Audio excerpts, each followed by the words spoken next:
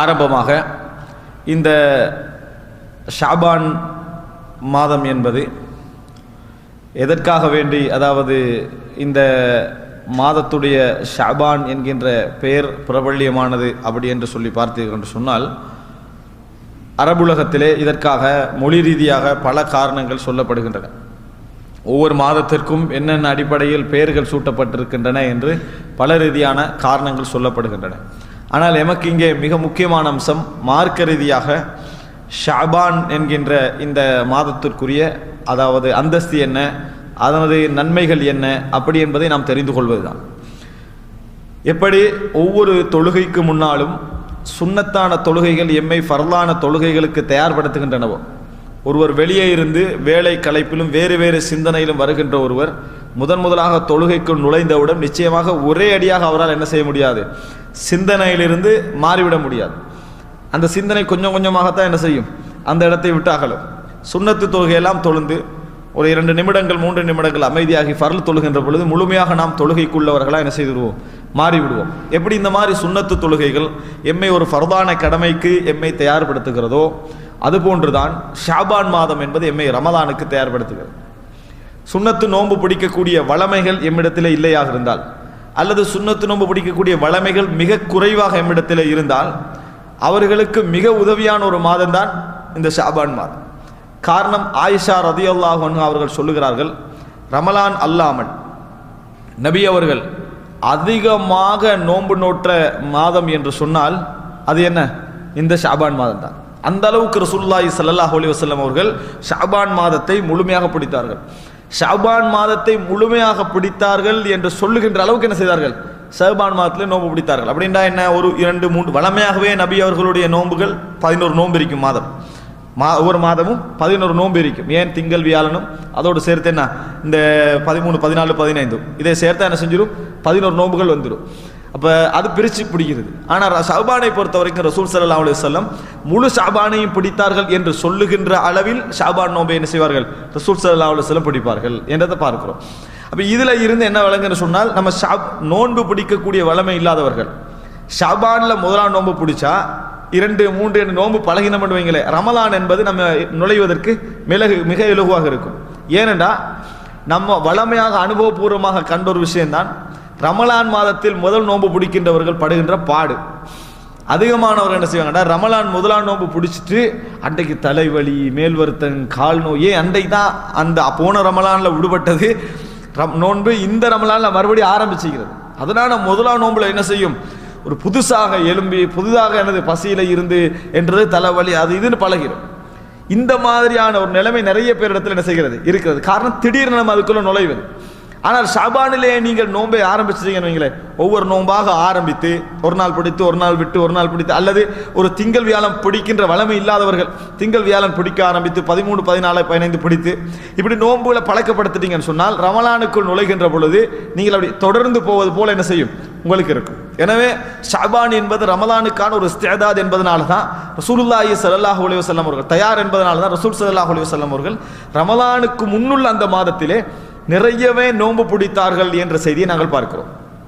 சரி, இந்த நோன்பு பிடித்தல் என்பது ரசூலுல்லாஹி ஸல்லல்லாஹு அலைஹி வஸல்லம் அவர்கள் தயார் நிலைக்காக பிடித்தார்கள் என்று நாம் வைத்துக் கொள்வோம். நபி அவர்கள் எமக்கு இதை கட்டளையிட்டிருக்கிறார்களா, ஷாபான் நோன்பை வலியுறுத்தி இருக்கிறார்களா அப்படி என்று சொல்லி பார்த்தீர்கள் சொன்னால், சஹீஹ் முஸ்லிமில் வரக்கூடிய ஒரு செய்தி, இம்ரான் இப்னுல் ஹுசைன் ரதியல்லாஹு அன்ஹு அவர்கள் அறிவிக்கிறார்கள், இம்ரான் இப்னுல் ஹுசைன் இடத்திலே ரசூலுல்லாஹி ஸல்லல்லாஹு அலைஹி வஸல்லம் அவர்கள் கேட்கிறார்கள், ரமலானுடைய அதாவது இடைப்பகுதியில் ரசூல் ஸல்லல்லாஹு அலைஹி வஸல்லம் கேட்கிறார்கள். ரசூல் ஸல்லல்லாஹு கேட்கிறாங்க, அசும்த சரர ஷாபான் ஹாதா, கடந்த ஷாபானுடைய ஆரம்பத்தில் நடுவில் கடைசியில் 3 கரத்தில் அந்த சரர் என்ற சொல்ல என்ன செய்யலாம், எடுக்கலாம். அசும்த சரர ஷாபான் ஹாதா, இந்த கடந்த ஷாபானுடைய சரரிலே நீங்கள் நோன்பு பிடித்தீர்களா அப்படின்னு கேட்கிறான். ஆரம்பத்தில் நடுவில் கடைசியில். அப்போ அவர் என்ன கேட்க சொல்றாருன்னு சொன்னால், இதில் ரசூல் ஸல்லல்லாஹு அலைஹி வஸல்லம் ஒன்றில் ஷாபானுடைய ஆரம்பத்தை சொல்லியிருக்க வேண்டும், அல்லது நடுப்பகுதியை சொல்லியிருக்க வேண்டும், அல்லது கடைசியை சொல்லி 3ஐயும் சொன்னாங்கன்னு அர்த்தம் இல்லை. ஏதோ 3ல் ஒன்றை சொல்லியிருக்கணும். கேட்ட உடனே நீங்கள் அப்படி நோன்பு பிடித்தீரான்னு இருக்கிறார், இல்லை என்றார். இப்போ ரசூல் ஸல்லல்லாஹு அலைஹி வஸல்லம் சொல்றாங்க, இந்த ரமலான் முடிந்தால் ஃபசும் யௌமன் அவ் யௌமைனி மக்கானஹு, ஷாபானில் நோன்பு பிடிக்காததற்காக ஷவ்வாலிலே ஒன்றையோ இரண்டையோ பிடித்து விடுங்கள் என்று சொன்னார்கள். சஹீஹ் முஸ்லிமில் வர செய்தி. நீ ஷவ்வால் நோன்பு பிடிக்கலையே, அதற்காக வேண்டி ஷவ்வால் என்ன செய்ய, ஒன்று அல்லது இரண்டு நோன்பு பிடித்து விடுங்கள் என்று சொன்னார்கள். இந்த ஒன்று அல்லது இரண்டு என்பது ஒன்றில் ரசூல் ஸல்லல்லாஹு அலைஹி வஸல்லம் சொன்னாக இருக்க வேண்டும், அல்லது ராவியுடைய சந்தேகமாக இருக்கும். ரசூலா ஒன்றை சொன்னார்களா இரண்டை சொன்னார்களான்னு சொல்லி ரெண்டு வச்சுக்கோங்க. ரசூல் ஸல்லல்லாஹு அலைஹி வஸல்லம் நீங்க ஷஅபான்ல பிடிக்காதனால ஷவ்வால் என்ன செஞ்சிருங்க, பிடிச்சிருங்கன்னு சொன்னால் ஒரு மனிதன் ஷஅபானில் ஒரு நோன்பையாவது என்ன செய்யணும், ஆக குறைந்தது ஒரு நோன்பையாவது பிடித்து விட வேண்டும் என்று இந்த ஹதீஸ் என்ன செய்கிறது, சொல்கிறது. ஷஅபான்ல நோன்பு பிடிக்கல என்று சொன்னால் அது ஒரு வலியுறுத்தப்பட்ட ஒரு கடமையை நாங்கள் விட்டதற்கு சமம் என்பதற்கு இந்த செய்தி ஆதாரம். நீங்க பிடிக்கலையா, இந்த ரமலான் முடிஞ்ச பின்னால் என்ன செய்யுங்க, ஷவ்வாலில் ஒரு நோன்பு அல்லது இரண்டு நோன்பு பிடியுங்கள் என்று ரசூல் ஸல்லல்லாஹு அலைஹி வஸல்லம் கட்டளை எடுக்கிறார்கள். இந்த அறிமுகத்தின் எங்களுக்கு என்ன விளங்குன்னு சொன்னால், ஷஅபானுடைய நோன்பு இவ்வளவு சிறப்பானது, ரசூல் ஸல்லல்லாஹு அலைஹி வஸல்லம் பிடித்திருக்கிறார்கள். ஷஅபான்ல நோன்பு பிடிக்காதவர்களை ரசூல் ஸல்லல்லாஹு அலைஹி வஸல்லம் கலா செய்யுமாறு என்ன செஞ்சுக்கிறாங்க, கட்டளையிட்டு இருக்கிறார்கள். அல்லது அதற்கு பகரமான நோன்பு பிடிக்குமாறு ரசூல் ஸல்லல்லாஹு அலைஹி வஸல்லம் அவர்கள் கட்டளையிட்டு இருக்கிறார்கள். அப்ப இதுல இருந்தே என்ன விளங்குன்னு சொன்னால், ஷஅபானுடைய நோன்பை நபியர்கள் வரக்கூடிய சமுதாயத்துக்கு கடுமையாக வலியுறுத்துகிறார்கள் என்பது இந்த செய்தியிலிருந்து நாங்கள் புரிந்து கொள்ளக்கூடிய ஒரு விஷயம். இது ஷஅபானுடைய சட்டங்களை நாம் தெரிந்து கொள்ள வேண்டிய அம்சம். ஷஅபானில் நோன்பு பிடிப்பதனால இப்படி ஒரு நன்மை நமக்கு இருக்கிறது. ஆனால் முஹர்ரமுக்கு போல ரசூல் ஸல்லல்லாஹு அலைஹி வஸல்லம் ஷஅபானுடைய நோன்புக்கு சிறப்பு சொல்லி இருக்கிறார்கள் என்றால் பார்த்தா இல்லை. நிறைய செய்திகள் வந்திருக்கின்றன. ஷஅபான் மாதம் சம்பந்தமான பலகீனமான ஹதீஸ்கள் தமிழாலே ஒரு தொகுப்பை நான் வைத்திருக்கிறேன். அத்தனையுமே பலகீனமான செய்திகள், நிறைய செய்திகள். அதாவது குறிப்பாக நிஸ்பு ஷஅபான், ஷஅபானுடைய 15 இருக்கிறது, இந்த 15 சம்பந்தமாக ஒரு சிறப்பு என்ன செய்கிறது, வந்திருக்கிறது. 15 சம்பந்தமாக வரக்கூடிய சிறப்பெல்லாம் அல்லாஹ் தஆலா அந்த நாளில் மக்களை பார்த்து எல்லாருடைய பாவங்களை மன்னிக்கிறான், ஷிர்க் வைத்தவரையும் பகைத்தவரையும் தவிர மற்ற எல்லார பாவத்தை என்ன செய்யறான், மன்னிக்கிறான் வரக்கூடிய செய்தி பலகீனமான செய்தி. முஷாஹின் அதாவது முஷ்ரிக்கின் இவர்களுக்கு பாவங்களை மன்னிக்கிறான் செய்தி பலகீனமான செய்தி. இது மாதிரி நிஸ்பு ஷஅபான், ஷஅபானுடைய மத்திய பகுதியில் நோன்பு பிடிப்பது, அதாவது அந்த அந்த நாள் அல்லாஹ்வுடைய சிறப்பு என்று சொல்லி வரக்கூடிய நிறைய செய்திகள் எல்லாம் மிக பலகீனமான செய்திகள். அதனால ஷஅபானுடைய சிறப்பு என்று வாரதாக இருந்தால் ரபி அவர்களுடைய செயல்பாட்டில் வரக்கூடிய இந்த சிறப்பும், ஷஅபான்ல யார் மிஸ் ஆகுறாங்களோ அவர்கள் என்ன செய்யுங்க, ஷவ்வால்ல பிடிங்க ரசூல் ஸல்லல்லாஹு அலைஹி வஸல்லம் அவர்கள் சொன்ன சிறப்பையும் இந்த ஷஅபானுடைய நோன்பு பிடிப்பதுடைய சிறப்பாக நம்ம எடுக்கலாம். அப்போ நாங்கள் இப்பயே ஒரு முடிவுக்கு வரணும். நம்ம ஷஅபான் மாதத்தில் என்ன செய்கிறோம், அதாவது அடி வைக்கிறோம், இன்றையோட என்ன செய்கிறோம், ஷஅபான் மாதத்துக்குள்ள நுழைகிறோம். அப்போ இன்றைக்கு ரஜப் எத்தனா மாதம் நிறைய பேர் தெரியுமோ தெரியாது. ரஜப் எத்தனாவது நாள் என்று சொல்லி, ரஜப் இன்றைக்கு எத்தனை, லாஸ்ட் 30 நம்ம என்ன செய்கிறோம் இருக்கிறோம். அடுத்த ஷஅபானுக்குள்ள நம்ம நைட்டோட என்ன செய்கிறோம், ஷஅபானுக்குள்ள நுழைகிறோம். அப்போ ஷஅபானுக்குள்ள நம்ம நுழைகிறோமா, ஷஅபானில் நம்ம இயன்ற அளவுக்கு ஒரு நோன்பை ஆக குறைந்தது ஒரு நோன்பையாவது என்ன செய்யணும், பிடிக்க பார்க்கணும். ஆனால் அதிகமாக நோன்பு பிடிக்கிற வளமை ரமலானை என்ன செஞ்சிடும், இலகுபடுத்தி விடும், ரமலானை இலகுபடுத்தி விடும் என்ற இடத்துக்கு நம்ம வரோம். இரண்டாவது ஒரு முக்கியமான விஷயம் என்னன்னு சொன்னால், ஷஅபானில் தெரிந்து கொள்ள வேண்டிய ஒரு சட்டம், ரசூல் ஸல்லல்லாஹு அலைஹி வஸல்லம் இப்படி நோன்பு பிடிப்புகின்றவர்களுக்கு ஒரு உபதேசம் செய்தார்கள். என்னன்னு சொன்னால், நீங்கள் ஷஅபான்ல பிடிக்கிற நோன்பு ரமலான்ல போய் டச் ஆகிற மாதிரி நோன்பு பிடிக்க வேண்டாம். ரசூல் ஸல்லல்லாஹு அலைஹி வஸல்லம் தடை. நபி அவர்கள் அதாவது ஷஅபானுடைய கடைசியில் நோன்பு பிடிப்பதை நபி அவர்கள் தடுத்தார்கள். ஷஅபானுடைய கடைசியில் நோன்பு பிடிப்பதை தடுத்தார்கள். அப்படின்னா இப்போ ஒரு ஆள் நோன்பு பிடிக்கிறார், ஷஅபான்ல சிறப்பு நோன்பு பிடிக்கணும் இடத்துக்காக வேண்டி பிடிக்கிறார். 29வது நாள் நோன்பு பிடிக்கக்கூடாது. ஏன் 29வது நாள் நோன்பு பிடிக்கக்கூடாதுன்னா அடுத்த நாள் ரமலானாக இருக்கலாம். இவர் இன்றைக்கு நோன்புல இருந்தார் என்று சொன்னால் நேற்று நோன்பு இன்றைக்கு நோன்பு என்ன செஞ்சிடும், ஆகிரும். அது ரமலான 31 மாதிரி காட்டுற நிலைமைக்கு என்ன செய்யும், வரும். அதனால ரசூல் ஸல்லல்லாஹு அலைஹி வஸல்லம் கடைசி பகுதியில் நோன்பு பிடிக்க வேண்டாம். அதாவது ரமலானை ஆரம்பிக்கிற பொழுது ரமலான் முதல் நாளிலிருந்து ஆரம்பிக்கணும். ஏற்கனவே உள்ள நாளோடு என்ன செய்யக்கூடாது, கண்டினியூ ஆகக்கூடாது. ஒருவருக்கு மட்டும் அதில் அனுமதிக்கு, ஒரே ஒருவருக்கு மட்டும். ஒருவர் ஒரு நாள் விட்டு ஒரு நாள் நோன்பு பிடிச்சிட்டு வர வளமை இருக்கு அவருக்கு, ஒரு நாள் விட்டு ஒரு நாள் நோன்பு பிடிச்சிட்டு வர வளமை இருக்கு. அப்படி வளமையாக வந்தவருக்கு 29வது நாள் என்ன செய்யுது, அந்த ஒரு நாள் விட்டு ஒரு நாள் 29வது நாள் வருகிறது. அப்படி 29வது நாள் அவர் நோன்பு பிடிச்சி அடுத்த நாள் ரமலான் வருமாக இருந்தால் பிரச்சனை இல்லை. 29வது நாள் அவர் 29 நோன்பை பிடிச்சிட்டு அடுத்த நாள் ரமலான் வருமாக இருந்தால் அது அவருக்கு பிரச்சனை இல்லை. அவர் சேர்த்து பிடிச்சாலும் கூட பிரச்சனை இல்லை. காரணம் அவரோட நோக்கம் ரமலானை சேர்த்து பிடிக்கிற மாதிரி இருக்கல. சரி, இந்த தடையை ரசூலுல்லாஹ் ஏன் செஞ்சாங்க தெரியுமா? ரமலான் இப்படி வழங்கக்கூடாது என்பதற்கு என்ன காரணம் என்றால், ரசூல் ஸல்லல்லாஹு அலைஹி வஸல்லம் சொல்றாங்க, மன்சாம யௌம ஷக்கி, சந்தேகத்துக்குரிய நாளில் யார் நோன்பு பிடிக்கிறாரோ ஃபகத் அஸா அபுல் காசிம், அவர் அபுல் காசிமுக்கு மாறு செய்து விட்டார் அப்படின்னு ரசூல் ஸல்லல்லாஹு அலைஹி வஸல்லம் சொல்கிறார்கள். யௌமு ஷக் என்று சொன்னால் என்னென்ன நாட்கள், யௌமு ஷக்ன்றது என்னென்ன நாட்கள்? 2 நாள், இது அப்படித்தானே? யௌமு ஷக் அந்த 2 நாளும் என்ன? எப்படி? ஒன்று நாளைக்கு நோன்பா இல்லையான்ற நாள், இன்னொன்று நாளைக்கு பெருநாள் இல்லையான்ற நாள். சரி, இப்போ இந்த ஹதீஸுக்கு நீங்க விளக்கம் சொல்லணும். என்ன? நஹா ரசூலுல்லாஹி ஸல்லல்லாஹு அலைஹி வஸல்லம் அன் யௌமி ஷக்கி, அதாவது ரசூல் ஸல்லல்லாஹு அலைஹி வஸல்லம் மன்சாம யௌம ஷக்கி ஃபக்கத் அஸாபல் காசிம், யார் அதாவது ஷக்கில் நோன்பு பிடிக்கிறாரோ அவர் வந்து அபுல் காசிமுக்கு மாறு செய்து விட்டார். இப்போ நாளைக்கு பெருநாளா இல்லையான்னு சந்தேகம், நாளைக்கு பெருநாளா இல்லையான்னு சந்தேகமான நாள். இப்போ சந்தேகமான நாளில் நோன்பு பிடிக்க கூடாதுன்னு சொன்னால் பிடிக்க ஏழுமான நாளில் தானே பிடிக்க கூடாதுன்னு சொல்லுவாங்க. மனுஷனுக்கு பிடிக்க ஏழுமா இருக்கும். அப்போ இந்த தடை எப்போ? பகல் நேரத்தில் உள்ள தடை தான், பகல் நேரத்தில் உள்ள தடை தான். இன்றைக்கு பிறை இருக்குதா இல்லையான்னு பார்க்குறீங்க, மேகமூட்டமாக இருக்கு, விளங்கலை. இப்போ உங்களுக்கு சந்தேகம், என்ன சந்தேகம்? பிறை இருக்குதா இல்லையா நமக்கு விளங்கலை என்ற சந்தேகம். இப்போ அடுத்த நாள் யௌமு ஷக்கா இல்லையா, சந்தேக நாளா இல்லையா, நோம்பு பிடிக்கலாமா? இப்போ நீங்கள் சொன்ன விளக்க அடிப்படையில் எடுத்து பார்த்தீங்கன்னு சொன்னால் இந்த ஹதீஸ் சொல்லுது நாளைக்கு பெருநாளா இல்லையாண்டு பிற மேகமூட்டம் இருந்துட்டா 30 நாள் நோம்பு பிடிக்க கூடாது. அடுத்த நாள் பெருநாள், 30 நாள் என்ன செய்யக்கூடாது? நோம்பு பிடிக்க கூடாது, அடுத்த நாள் பெருநாள். எனவே யௌமு ஷக் என்பது நாளைக்கு நோம்பா இல்லையான்ற நாள் மட்டும்தான், ஷாபான் ரமதான் மட்டும்தான். ஒரு நாளும் நாளைக்கு பெருநாளா இல்லையான்றது யௌமு ஷக் அல்ல. நிறைய பேர் யௌமு ஷக்குன்னு அதை விளங்கி வச்சுக்கிறாங்க. இன்றைக்கு நாளைக்கு பெருநாளா இல்லைன்னு ஒரு சந்தேகம் வருமே, அதை வச்சு எஸ்எம்எஸ் போடுவாங்க, நாளை யௌமு ஷக், அதனால வந்து என்னது இப்படி என்று இப்படியே போட்டு போய்விடும். ஆனால் யௌமு ஷக் அல்லது யௌமு ஷக் மொழி ரீதியாக எடுத்தா யௌமு ஷக்கு தான். எனக்கு ஒரு சந்தேகம் ஆகிக்கும், என்னது நாளைக்கு சனிக்கிழமை இல்லை எனக்கு சந்தேகம் வந்து எனக்கு யௌமு ஷக் தான். அது எனக்கு வர சந்தேகமெல்லாம் யௌமு ஷக் அல்ல. மார்க்க ரீதியாக யௌமு ஷக் என்ன தெரியுமா? ரமலானா இல்லையா, இதுதான் யௌமு ஷக். ரசூல் ஸல்லல்லாஹு அலைஹி வஸல்லம் சொல்றாங்க, நாளைக்கு ரமலானா இல்லையான்னு உங்களுக்கு சந்தேகம் வந்ததா நோன்பு பிடிக்க வேணாம். நோன்பு பிடித்தால் அவர் அல்லாஹ்வுடைய தூதருக்கு மாறு செய்கிறார். நாளைக்கு ரமலானா இல்லைன்னு சொன்னா அசல் என்ன? ஷஅபான் தான், அது ஷஅபானுடைய கடைசி தான். ஏன்னா நம்ம 29 நைட்ல இருப்போம், சந்தேகம் வரும் நாளைக்கு ரமலானா இல்லையாண்டு. இந்த சந்தேகம் எதை வச்சு வருது? நம்ம பிறை அடிப்படையில் தான் என்ன செய்யறோம்? பிறையை கொண்டு போறோம்.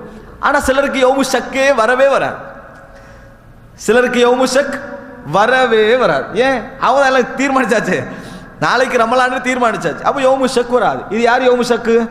எல்லாம் படிக்காத சஹாபாக்களுக்கு. அவங்களோட பார்வையில் யார் இது? எழுத தெரியாமல் வாசிக்க தெரியாமல் இருந்தாங்களே அந்த நபித்தோழர்களுக்கு தான் யௌமு ஷக்.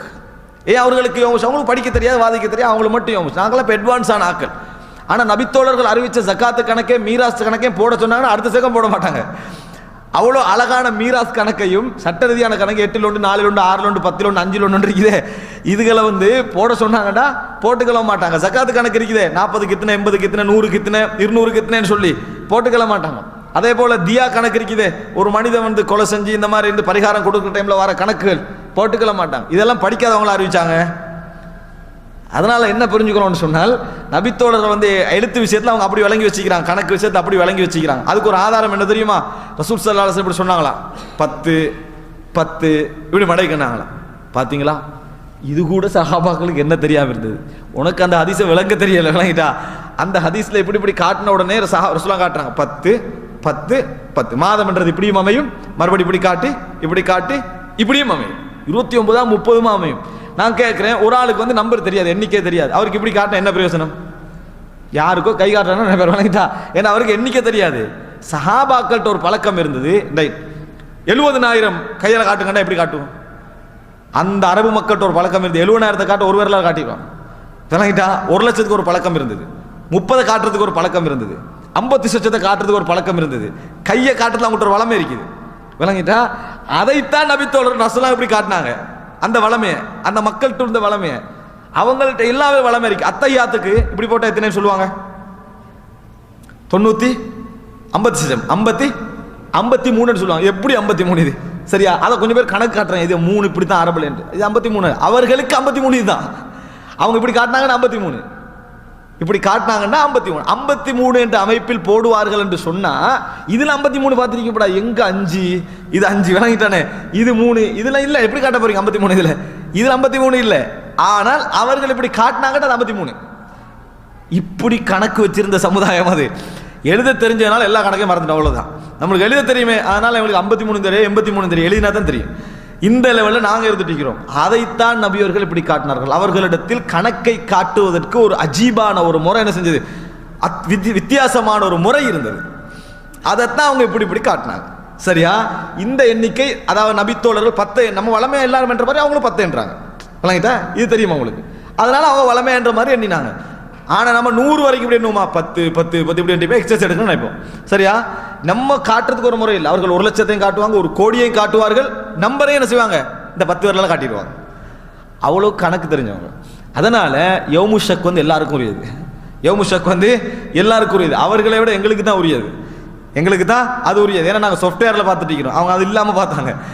எங்களுக்கு தான் அது கணக்குரிய யௌமு ஷக்ன்றது. இந்த யௌமு ஷக் என்பது ரமலானா ஷாபானா என்ற சந்தேக நாள மட்டும்தான். நாளைக்கு ஷாபான் 30 இல்ல ரமலான் ஃபர்ஸ்டா என்ற நாளில் நோன்பு பிடிக்க கூடாது. ஆனால் நாளை பெருநாளா இல்லையான்ற நாளைக்கு இது என்ன செய்யாது, பொருந்தாது என்பதை புரிந்து கொள்ள வேண்டும். அப்படி சொன்னவங்க ஹதீஸ் ஒழுங்கா என்ன செய்யல, விளங்கவில்லை.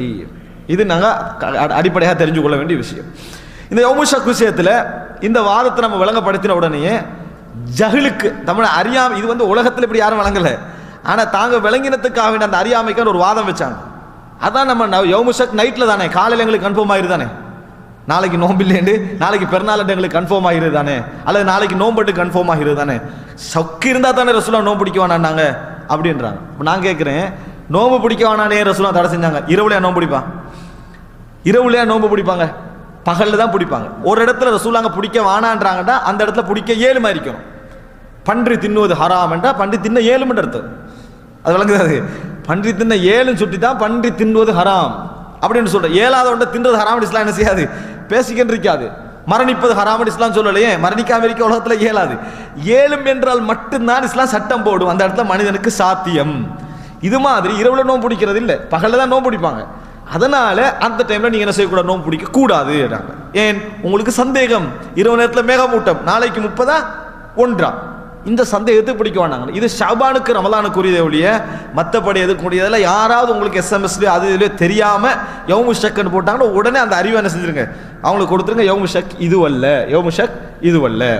எனவே நாங்கள் என்ற அளவுக்கு 28 29 இதில் நம்ம நிறுத்திக்கணும். நிறைய பேர் நினைக்கிறாங்களா நாங்கள் 5லே நிறுத்திடுவோம். நாங்கள் அந்த அளவுக்கு என்ன செய்ய மாட்டோம், 28 29 போக மாட்டோம், 5லே நம்ம என்ன செஞ்சிருவோம், முடித்து விடுவோம். ரசூல் ஸல்லல்லாஹு அலைஹி வஸல்லம் இது சொல்றாங்கன்னா அப்படி ஆர்வத்தில் நோம்பு பிடிச்சி 29 28 என்ன செஞ்சிடக்கூடாது, போகக்கூடாதுன்னு தடை செய்யலாம். அடுத்ததாக 4வது அம்சம் என்னன்னு சொன்னால், ரசூல் ஸல்லல்லாஹு அலைஹி வஸல்லம் அவர்கள் நடு 15க்கு பின்னால் நோன்பு பிடிப்பதை தடை செய்தார்கள். ஷாபானுடைய 15க்கு பின்னால் நோன்பு பிடிப்பதை தடை செய்தார்கள் ஒரு ஹதீஸ் வருகிறது. ஆனால் ஆய்வின் அடிப்படையில் நீங்க எடுத்து பார்த்தீங்க என்று சொன்னால் அது பலகீனமான அல்லது ஷாதான ஒரு அறிவிப்பு, ஏற்றுக்கொள்ள முடியாத ஷாத் என்ற நிலையில் உள்ள அறிவிப்பு. இல்லை என்றால் ரசூலுல்லாஹ் இந்த தடையை போட்டிருக்க மாட்டாங்க. கடைசி 28 29 நோன்பு பிடிக்க வேணாண்டு ஒரு தடையை போட மாட்டாங்க. ஏன்? 15க்கு பிறகு நான் பிடிக்க வேணான்ட்டானே, 15க்கு பிறகு பிடிக்க வேணான்ற பிறகு நீங்க 29 பிடிக்க வேணான்னு சொல்ல வேண்டிய அவசியம் இல்லை. அது வந்து கருத்து ரீதியாக யோசிச்சு பார்த்தா. ஆனால் அறிவாளர் ரீதியாக எடுத்து பார்த்தீங்கன்னா சரி, இந்த அதாவது நிஸ்பு ஷாபானுக்கு பிறகு நோன்பு பிடிக்க வேண்டாம், 15க்கு பிறகு நோன்பு பிடிக்க வேண்டாம் என்பது ஒரு தடை என்ற விஷயத்தை நம்ம புரிந்து கொள்ள வேண்டும். சரி, ஷாபானில் எங்களோட மக்கள் செய்யக்கூடிய ஒரு விதத்தான விஷயம் என்ன? இந்த ஷாபானுடைய சவே பராத் விளங்கிட்டானே, அந்த சவே பராத்னா பிரபல்யம். சரியா? அந்த அந்த 15வது நாள் என்று சொல்லி இவங்க செய்கிறாங்க தானே, இதுக்கு மார்க்கத்தில் எந்த விதமான ஆதாரமும் இல்லை. அதெல்லாம் 15 அப்படி என்று சொல்கிற அந்த எண்ணத்தை வச்சு தான் என்ன செய்கிறாங்க, 15வது நாள் என்கின்ற எண்ணத்தை வைத்துத்தான் அந்த நாளை என்ன செய்கிறாங்க, செய்து கொண்டிருக்கிறார்கள். இதற்கு எந்த விதமான மார்க்க ஆதாரமும் இல்லை. சிறப்பு சம்பந்தம் அது சம்பந்தமாக வரக்கூடிய எல்லா விதமான செய்திகளும் பலகீனமானது. கடைசியாக ஒரு விஷயம், இந்த ஷஅபான் மாதத்தில் தெரிந்து கொள்ள வேண்டிய கடைசியான ஒரு விஷயம் என்று சொன்னால், ரமலான் மாதத்துக்கு நம்ம விடுபட்ட நோன்பை கலா செய்ய இந்த மாதம் கலா செஞ்சிடுவோம், இன்ஷா அல்லாஹ் அடுத்த மாதம் கலா செஞ்சிடுவோம். அப்படி அப்படி அப்படி அப்படி போய் கடைசி எங்கே வந்து நிற்கும், ஷஅபானில் வந்து நிற்கும். இனி விட்டா இனி நம்ம கலா செய்ய முடியாது அப்படின்னு ஷஅபானில் நிறைய பேர் என்ன செய்வாங்க, கலா செய்வாங்க. அதுக்குள்ள ஒரு 4 எண்ணம். என்ன 4 எண்ணம்? திங்கட்கிழமை நோன்பு பிடிக்கிறேன், கலா நோன்பை பிடிக்கிறேன், ஷஅபானுடைய நோன்பை பிடிக்கிறேன் என்று சொல்லி 3 நோன்பு 4 நோன்பு ஒரே நாளில் பிடிச்சி 3 சிறப்பும் கிடைக்குமான்னு கேட்குறது.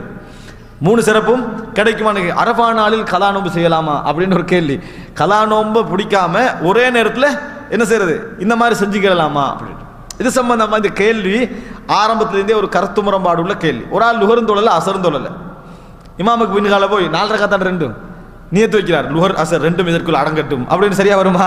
சரியா வராது. 2 தனித்தனியாக தொழணும். அது 4 ரக்காத்தான். இதில் சிஸ்டம் ஆடு சிஸ்டம் ஒன்று தான், ஒரே மெத்தடில் தான் தொலை போறீங்க, எல்லாமே ஒன்று தான். ஆனால் என்ன செய்யாது, அதில் வராது. அதே மாதிரி ஒரு நோன்பை பொறுத்த வரைக்கும் நீங்கள் அதாவது ஃபர்லா கடமையான நோன்பை விட்டு அந்த விடுபட்ட நோன்பை பிடிக்கிறீங்கன்னா கலா செய்றீங்கன்னு சொன்னால் அதுக்குரிய கூலி தான் உங்களுக்கு கிடைக்கும். ஒன்றில் அரபா நோன்பை நியத்து வைக்கணும் அல்லது கலா நோன்பை நியத்து வைக்கணும். மற்றபடி ரெண்டையும் வச்சு என்ன செய்யாது, ரெண்டும் நிறைவேறாது. ஆனால் ஷஅபான் மாதத்துக்காக நீங்கள் பிற்படுத்துற இதுக்காக எவ்வளோ பெரிய பாவம். ரமலானில் விடுபட்ட நோன்பு ஷஅபானில் நிறைய பிடிக்கணும்ன்றதுக்காக வேண்டியது ஷஅபானுக்கு பிற்படுத்தினா அதுவும் பாவம். ஒரு இரவு நேரத்தில் நிறைய ரசூலா தொழுதிக்கிறாங்கிறதுக்காக வேண்டி 5 நேர தொழுகை நைட்டில் தொழுதை எப்படி இருக்கும், அது மாதிரி தான் இது. அந்தந்த நேரத்தில் தொழணுமே நிறைய சிறப்பு இருக்கிற இரவு நேரத்தில் எடுத்துக்காக அந்த மாதிரி தொலை இயலாது. இதே தான். இதனால தான் அறிஞர்களுக்கு மத்தியில் ஒரு வித்தியாசமான ஒரு கருத்து முரண்பாடு வந்தது. கடமையான குளிப்பு 2 ஒன்று சேர்ந்துட்டா 2 கடமையான குளிப்பு, வெள்ளிக்கிழமை குளிக்கணும், கடமையான குளிப்பு தான் உங்களுக்கு 2 முறை குளிக்கணுமா அப்படின்னது ஒரு பிரச்சனை என்ன செஞ்சு வந்தது. அதாவது வெள்ளிக்கிழமை குளிக்கணும், கடமையான குளிப்பும் இருக்குது. எவ்வளோலாம் யோசிக்கிறான் பார்த்தீங்களா.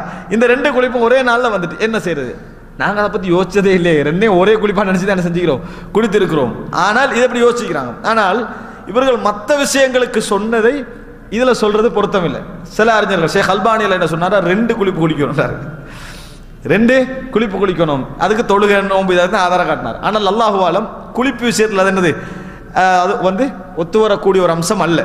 காரணம் ரசூல் ஸல்லல்லாஹு அலைஹி வஸல்லம் அவர்கள் வெள்ளிக்கிழமை குளிப்புக்குரிய காரணத்தை சொல்லிக்கிறாங்க, இதுக்குரிய காரணத்தை சொல்லிக்கிறாங்க. காரணத்துக்காக வேண்டி தான் குளிப்பு, காரணம் இல்லாமல் வெறும் குளிப்பு அல்ல. அப்ப அந்த காரணம் இருப்பதனால இது 2 ஒரே விஷயத்தில் நடந்து முடிவதனால இதுவும் அதுவும் என்ன செய்யாது, ஒன்று சேராது. இரண்டாவது, குளிப்பதே நமது கடமை, அது வணக்கம், அது உண்மை. ஆனால் தொழுகை நோன்பு மாதிரியான ஒரு வணக்கம் அல்ல அது. இது இபாதத் தௌகீஃபியா, இது இபாதத் தௌகீஃபியா அல்ல. அதனால அதுவும் என்ன செய்யாது, அதில் ஒன்று சேராது என்பதை நம்ம ஞாபகம் வச்சுக்கிறோம். இப்ப ஷஅபானில் ஒருவர் கட்டாயமாக ஏற்கனவே கலா செஞ்ச விடுபட்ட நோம்புகளை பிடிக்கணுமான்றதுக்கு ஒரு ஆதாரம் வைக்கிறாங்க. அப்படின்னு சொன்னால் ஆயிஷா ரலியல்லாஹு சொல்றாங்க, நான் ரமலானில் விடுபட்ட நோம்புகளை ஷஅபானில் தான் என்ன செய்வேன், கலா செய்வேன். லிமகானதி மின் ரசூலில்லாஹி ஸல்லல்லாஹு அலைஹி வஸல்லம், நபி அவர்களிடத்தில் நான் இருக்கின்ற அந்த இடத்தின் காரணமாக, நெருக்கமாக இருக்கிறது, வேலைகள், குடும்ப வாழ்க்கை, இந்த மாதிரியான விஷயங்களால் நோம்பு பிடிக்க நினைப்பேன். என்னால் என்ன செய்ய முடியாது, ஷஅபான் வரைக்கும் பிடிக்க முடியாது. இந்த நிலைமை என்ன செய்யும், எனக்கு ஆகும் எப்படி என்று சொல்லி ஆயிஷா ரலியல்லாஹு சொல்றாங்க. அப்ப எப்ப கலா செய்றாங்க, ஷஅபான். இதை வச்சு சிலர் என்ன செய்றாங்கன்னு சொன்னால் ஒரு வருடத்தை நோம்பை அந்த வருடத்துக்குள்ள என்ன செஞ்சிடணும், கலா செய்து விட வேண்டும் என்று. ஆனால் அல்லாஹு ஆலம் இந்த செய்தியில் அந்த ஷஅபானுக்குள்ள கலா செய்யாட்டி பெரும் பாவம் என்ற ஆதாரம் எதுவும் இல்லை. ஆயிஷா ரலியல்லாஹு என்ன சொல்றாங்கன்னா, நான் அடுத்த ரமலானுக்கு முந்தி என்ன செய்யறேன், கலா செய்ய ஷஅபான்ல முயற்சி செய்கிறேன். இதான் காட்டுது செய்தி. ஷஅபானுக்குள்ளேயே நான் கலா செய்ய முயற்சி செய்கிறேன் ஆயிஷா ரலியல்லாஹு செயல்பாடை காட்டுதே ஒழிய ஆயிஷா ரலியல்லாஹு எங்கேயும் சொல்லல அடுத்த ரமலான் வரைக்கும் என்ன செய்யக்கூடாது, கலா செய்யக்கூடாதுன்னு சொல்லல, ரசூலுல்லாஹ் சொன்னாங்கன்னு சொல்லல. அதனால என்ற அளவுக்கு ஷஅபானுக்கு முந்தைய நம்ம ஷஅபான்லயே கலா செஞ்சு முடிக்க பார்க்கணும். ஆனா ஷஅபான்ல முடியாமல் போனவர்களுக்கு அடுத்த இந்த ரமலானுக்கு பிறகும் என்ன செய்யலாம், கலா செய்யலாம். அதுக்கு இந்த ஹதீஸ் எந்த விதமான தடையும் செய்யவில்லை என்பதை நாம் என்ன செய்யணும், புரிந்து கொள்ள வேண்டும். இது ஷஅபான் சம்பந்தமாக நான் சுருக்கமாக முடிந்த செய்திகள். அது அல்லாமல் ஷஅபானுடைய பலகீனமான ஹதீஸ்கள் இன்னும் உள்ள விஷயங்கள் என்று சொல்லி நிறைய விஷயங்கள் சொல்லலாம், அது விரிவாக போகும் என்பதனால ஓரளவு சுருக்கமாக இந்த விஷயத்தை நான் உங்களுக்கு மத்தியில் ஞாபகப்படுத்தியிருக்கிறேன். இந்த ஷஅபான் சம்பந்தமான சந்தேகங்களும் அதை தொடர்ந்து ரமலான் சம்பந்தமான ஏதாவது சந்தேகங்களும் இருந்தால் ஒரு 20 நிமிடங்கள், அதாவது 45 வரைக்கும் இன்ஷா அல்லாஹ் என்ன செய்யுங்க கேட்டுது. அதாவது நான் ஆரம்பத்தில் விளங்கப்படுத்தினது அந்த சகோதரருக்கு விளங்கலை நான் நினைக்கிறேன். அவருடைய கேள்வி என்னன்னு சொன்னால் 15லையும் பிடிக்க முடியாது, கடைசிலையும் பிடிக்க முடியாதுன்னா அப்போ எப்போ பிடிக்கிறது அப்படின்னு கேட்டார். நான் 15ல் பிடிக்கக்கூடாது என்ற ஒரு செய்தி வந்திருக்கிற அந்த செய்தி பலகீனமானதுன்னு சொன்னேன், ஷாத்தானது. 15ல் பிடிக்கக்கூடாதுன்னு சொல்கிறாங்களே அந்த செய்தி பலகீனமானது, ஆதாரமற்றது. கடைசியில் தான் பிடிக்கக்கூடாது. ரமலானுடைய கடைசி 29 என்ன, ஷஅபானுடைய கடைசி 29 என்ன செய்யக்கூடாது, பிடிக்கக்கூடாது. 28ல் இருந்து முதலாவதுல இருந்து 28 வரைக்கும் தாராளமாக என்ன செய்யலாம், நோம்பு பிடிக்கலாம். தாராளமாக அந்த 10 கிலோ நோம்பு பிடிக்கலாம். பராத் சரியா, பராத்தால பத்த ரொட்டியா, ரைட். அதாவது ரொட்டியும் வாழைப்பழமும் கொடுக்கக்கூடிய சிறப்பு நாள் பற்றிய கேள்வி என்னென்னா, அந்த 15ல் என்ன செய்வாங்கன்னு சொன்னால் பராத்து நாள் என்று சொல்லி அந்த நாளில் தான் அதாவது ஃபிஹா யுஃப்ரகு குல்லு அம்ரின் ஹக்கீம் என்று சொல்லி எல்லா விஷயங்களும் அதனால் தீர்மானிக்கப்படுகிறது என்று சொல்லி, அதனால் எல்லாருக்கும் பாவங்கள் மன்னிக்கப்படுகிறது என்று சொல்லி, அந்த நாள் அல்லாஹு தாலா எல்லாரும் மீதும் திருப்தி அடைகிறான்னு சொல்லி, அதனால் அல்லாஹு தாலா முதலாவானத்துக்கு இறங்கி இப்படி என்று பல விதமான சிறப்புகளை சொல்லி அந்த நாளை வந்து சிறப்படுத்துகிறாங்க.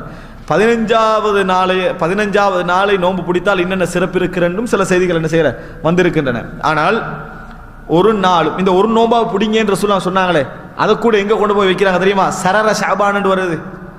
நான் என்ன சொன்னேன்? ஆரம்பம், மத்திய பகுதி, கடைசி, 3 கருத்தும் அதுக்கு வரும். இது பராத்து தான் பிடிக்கும்னு சொல்றவங்க என்ன செய்வாங்க தெரியுமா? நடுப்பகுதியில் யார் நோம்பு பிடிக்கவில்லையோ அவர்கள் ஷவ்வால்ல கட்டாயம் கதா செய்யணும்ன்ற சொல்லாக சொன்னார்கள். ஏன்னா சரருக்கு 3 அர்த்தமும் இருக்குது. அப்போ அந்த அடிப்படையில் நடுப்பகுதிக்குரிய ஹதீஸாக இந்த ஹதீஸ் என்ன செய்கிறாங்க? கொண்டு வந்து வைக்கிறாங்க. அன்புள்ள சகோதரர்கள், ஒருவர் 15ஆம் நாள் நோன்பு பிடிக்கிறாங்கன்னா பிரச்சனை இல்லை. ஏன் ஷவ்பான் நாளுடைய நாள் அது. ஷவ்பானில் 13 பிடிக்கலாம், 15 பிடிக்கலாம், 17 பிடிக்கலாம், 21 பிடிக்கலாம், வேணும் வேறு பிடிக்கலாம். நோன்பு பிடிக்கிற பிரச்சனை இல்லை. 15க்கு இன்னும் சிறப்பு இருக்கிறது என்று நினைத்து பிடித்தால் அதுக்கு எந்த விதமான ஆதாரமும் இல்லை. அந்த நாளில் என்ன ஆச்சரியமான விஷயம் என்னன்னா, அந்த நாளில் ரொட்டியை சுட்டு ஒரு வாழைப்பழம் வச்சு அனுப்புகிறாங்க. அதுக்கு ஒரு விளக்கம் சொல்கிறாங்க. என்னன்னா, நாளை மறுமையில் இந்த ரொட்டி கொடையாகவும் இது புடியாகவும் வருமா? அப்போ சுபஹானல்லாஹ், எதுக்காக வேண்டி அந்த சூரிய ஒளி இருக்குது, சூரிய அந்த கதிர் அதை வந்து தாங்கி பிடிக்கிறதுக்கு இந்த வாழைப்பழம் ரொட்டியும் வருமா?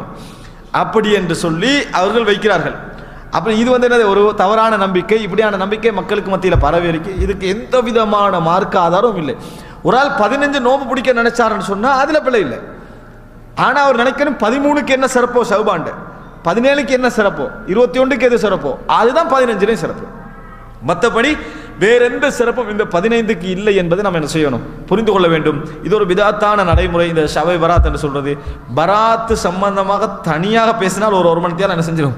அதுக்கு போகக்கூடிய அளவில் அவர்களுடைய வாதங்கள், எதிர்வாதங்கள், மூட நம்பிக்கைகள் என்ற ஒரு பெரும் பகுதி அதில் என்ன செய்து இருக்குது. அதனால அந்த ஷவ்பான் நான் வந்து ஒரு சுருக்கமாக என்ன செஞ்சுட்டேன், முடித்து விட்டு, இந்த இது ஒரு பிதாத்தான நாள். இதை கொண்டாடுவதோ நோன்பு பிடிப்பதோ மார்க்கத்தில், அதாவது இதை நினைத்து நோன்பு பிடிப்பதோ மார்க்கத்தை தடையான அம்சம் என்பதை நாம் புரிந்து கொள்ள வேண்டும்.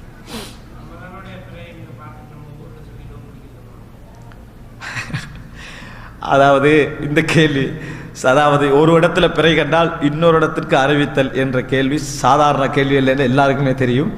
அது சம்பந்தமாக நான் வந்து அதாவது சர்வதேச பிறை நடைமுறைப்படுத்தல்களும் சிக்கல்களும் அப்படி என்று சொல்லி ஒரு 2.5 மணித்தியாலம் ஒரு உரை ஒன்று என்ன செஞ்சுக்கிறேன், இது சம்பந்தமாக பேசியிருக்கிறேன். அந்த பிரச்சனையில் எந்த கருத்தையும் சாராமல் இது ஏன் இந்த சிக்கல் வருகிறது, எப்படியெல்லாம் இந்த கருத்தில் வந்தால் இன்ன பாதிப்புகள் ஏற்படும், இந்த கருத்தை எப்படியெல்லாம் நடைமுறைப்படுத்தலாம், எந்த பீரியடில் நடைமுறைப்படுத்தலாம், இதில் உள்ள பிரச்சனைகள் என்ன, அதாவது புவியியல் ரீதியாக இருந்தால் அதை எப்படி நம்ம நடைமுறைப்படுத்தலாம் என்பது மாதிரியான எல்லா விஷயங்களும் ஆய்வு செய்து ஒரு 2.5 மணித்தியாலம் என்னது ஒரு ஸ்பீச் ஒன்று பேசப்பட்டிருக்குது. அதை கட்டாயம் கிடைச்சா என்ன செய்யுங்க பாருங்கள். இதே தான் நீங்கள் கேட்ட கேள்வி வந்து, இப்போ நம்ம வந்து இங்கே வந்து 30 நோம்பு முடிச்சுட்டு நம்ம நாட்டுக்கு போகிறோம். இதெல்லாம் வந்து எதை அடிப்படையாக வரக்கூடிய கேள்வினா அந்த பிரச்சனை ஒட்டி வரக்கூடிய கேள்வி தான், அதோடு சம்மந்தப்பட்ட. என்றால் இது குறிப்பிட்ட ஒரு கேள்வி என்றதுனால, அதான் இப்போ நான் இங்கே 30 நோம்பு முடிச்சு நாட்டுக்கு போகிறோம். நாட்டுக்கு போனால் அங்கே வந்து என்ன செய்கிறாங்க, நோம்பு வைக்கிறாங்கன்னு வைங்க. அங்கே வந்து நோம்பு வைக்கிறேன், இப்போ என்ன செய்கிறது அப்படின்னு கேட்குறாங்க. நாங்கள் நோம்பு பிடிக்கிறது எங்களோட கடமை, நாங்கள் நோம்பு பிடிப்பது எங்களோட கடமை. அப்போ என்ன சொல்கிறாங்கன்னா, மாதம் என்பது 30 தானே அமையும், மாதம் 30 தான் அமையும். நான் 31 நோம்பு பிடிக்கிற இஸ்லாம் தடை செய்யலையே. மாதம் என்பது 30 29 தான் அமையும். மாதம் எனக்கு மட்டுமல்ல, ஒரு மாதாவிடாய் பெண்மணி 10 நோம்பு தான் பிடிச்சிக்கிறா, அப்போ அவருக்கு மாதம் முடியலை, அவள் பெருநாள் கொண்டாட இயலாது. இந்த கருத்தில் விளங்கினா ஒரு மாதாவிடாய் பெண்மணி 10 நோம்பு பிடிச்சிட்டா, இவள் பெருநாள் கொண்டாட இயலாது. ஏன்? அவருக்கு மாதம் முடியவில்லை, இன்னும் 20 நாள் இருக்கிறது, இன்னும் 20 நாள் இருக்கிறது. எனக்கு குறைவதால எனக்கு கூடுவதனால மாதம் கூடி குறையிறது இல்லை. நான் ஒரு 25 நோம்பு பிடிச்சிட்டேன் அப்படின்னு வைங்க, நான் 4 நோம்பு பிடிக்கல, நான் 25 நோம்பு பிடிச்சிட்டேன், இப்போ எனக்கு மாதம் முடியலையா? எல்லாருக்கும் மாதம் முடிகிற இடத்துல உங்களுக்கு மாதம் முடியும், எல்லாருக்கும் மாதம் ஆரம்பிக்கிறதுல மாதம் ஆரம்பிக்கணும். நான் 31 நோம்பு பிடிச்சிக்கலாம், 35 நோம்பு என்ன செஞ்சுக்கலாம், நான் பிடிச்சிருக்கலாம். எனவே நீங்கள் மாதம் என்கின்ற விஷயத்தை அந்த கோணத்தில் என்ன செய்யக்கூடாது, விளங்கக்கூடாது. மாதம் 29 அமையும் 30 அமையும் என்பது எனது நோன்பை வைத்து அல்ல. சரியா? மாதம் என்பது ஒரு சமுதாயத்துக்குரிய அடையாளம். ஒருவருக்கு மாதம் என்ன செய்யாது, வராது. ஒரு ஆளுக்கு மாதம் என்பது வராது. மாதம் என்பது ஒரு சமுதாயத்துடைய அடையாளம் என்பதனால நான் எந்த சமுதாயத்தை அண்டி வாழ்கிறேனோ அந்த சமுதாயத்தில் அன்றைக்கு 30 நாளாக இருந்தால் நான் 30 நாள். அந்த சமுதாயத்தில் வந்து அந்த 29 நான் 31 வேண்டிய நிலைமை ஏற்படுதுன்னு சொன்னால் நோன்பு பிடிப்பது எனது கடமை, அவர்களோடு சேர்ந்து நான் என்ன செய்யணும், பெருநாள் கொண்டாட வேண்டும். இதுதான் நாங்கள் புரிஞ்சு கொள்ள வேண்டிய அம்சம். இதில் உங்களுக்கு பல கேள்விகள் உண்டாகும். அதில் இப்படி 30க்கு மேலே பிடிக்கிற சம்பந்தம் கேள்வியெல்லாம் உண்டாகும். அதுக்குரிய எல்லா விதமான ஆன்சரும் நான் என்ன செஞ்சுக்கிறேன், அதில் வைத்திருக்கிறேன். சிலர் இதுக்கு தீர்வாக என்ன சொல்லுவாங்கன்னா சர்வதேச பிறை தான் இதுக்கு தீர்வுண்டு. நான் அட்டித்து சொல்கிறேன், சர்வதேச பிறையில் இதுக்கு எந்த தீர்வுமே கிடையாது. இதுக்கு எந்த தீர்வுமே 100% கிடையாது. எப்படியெல்லாம் பிரச்சனை அதில் வரும் என்பதை நான் என்ன செஞ்சுக்கிறேன், அதாவது ஜியோகிராபிக்கல் அக்செப்டட், உலகத்தில் எல்லாரும் ஏற்றுக்கண்டுட்டாங்க. பிறை கண்டால் முழு உலகத்துக்கும் எத்தி வைக்க வேண்டும் என்று எல்லாரும் ஏற்றுக்கொண்டு உடனுக்குடன் அறிவித்தாலும் இந்த பிரச்சனை என்ன செய்யும், உருவாகும் என்பதை நான் அதில் என்ன செஞ்சுக்கிறேன், நான் விளங்கப்படுத்திருக்கிறேன். முடிஞ்சா என்ன செய்யுங்க அதில் பாருங்க. ஏன்னா இது வாத பிரதிவாதம் கண்டு இதில் போனோம்னா அதிகமாக என்ன செஞ்சிடும், போயிடும். பாரக்கல்லா. சரி சொல்லுங்க, நியாயமானது, பிரச்சனை இல்லை. பெண்கள் இருந்தால் இந்த நீங்கள் துண்டின் மூலம் எழுதிட்டாங்க இன்ஷா அல்லாஹ்.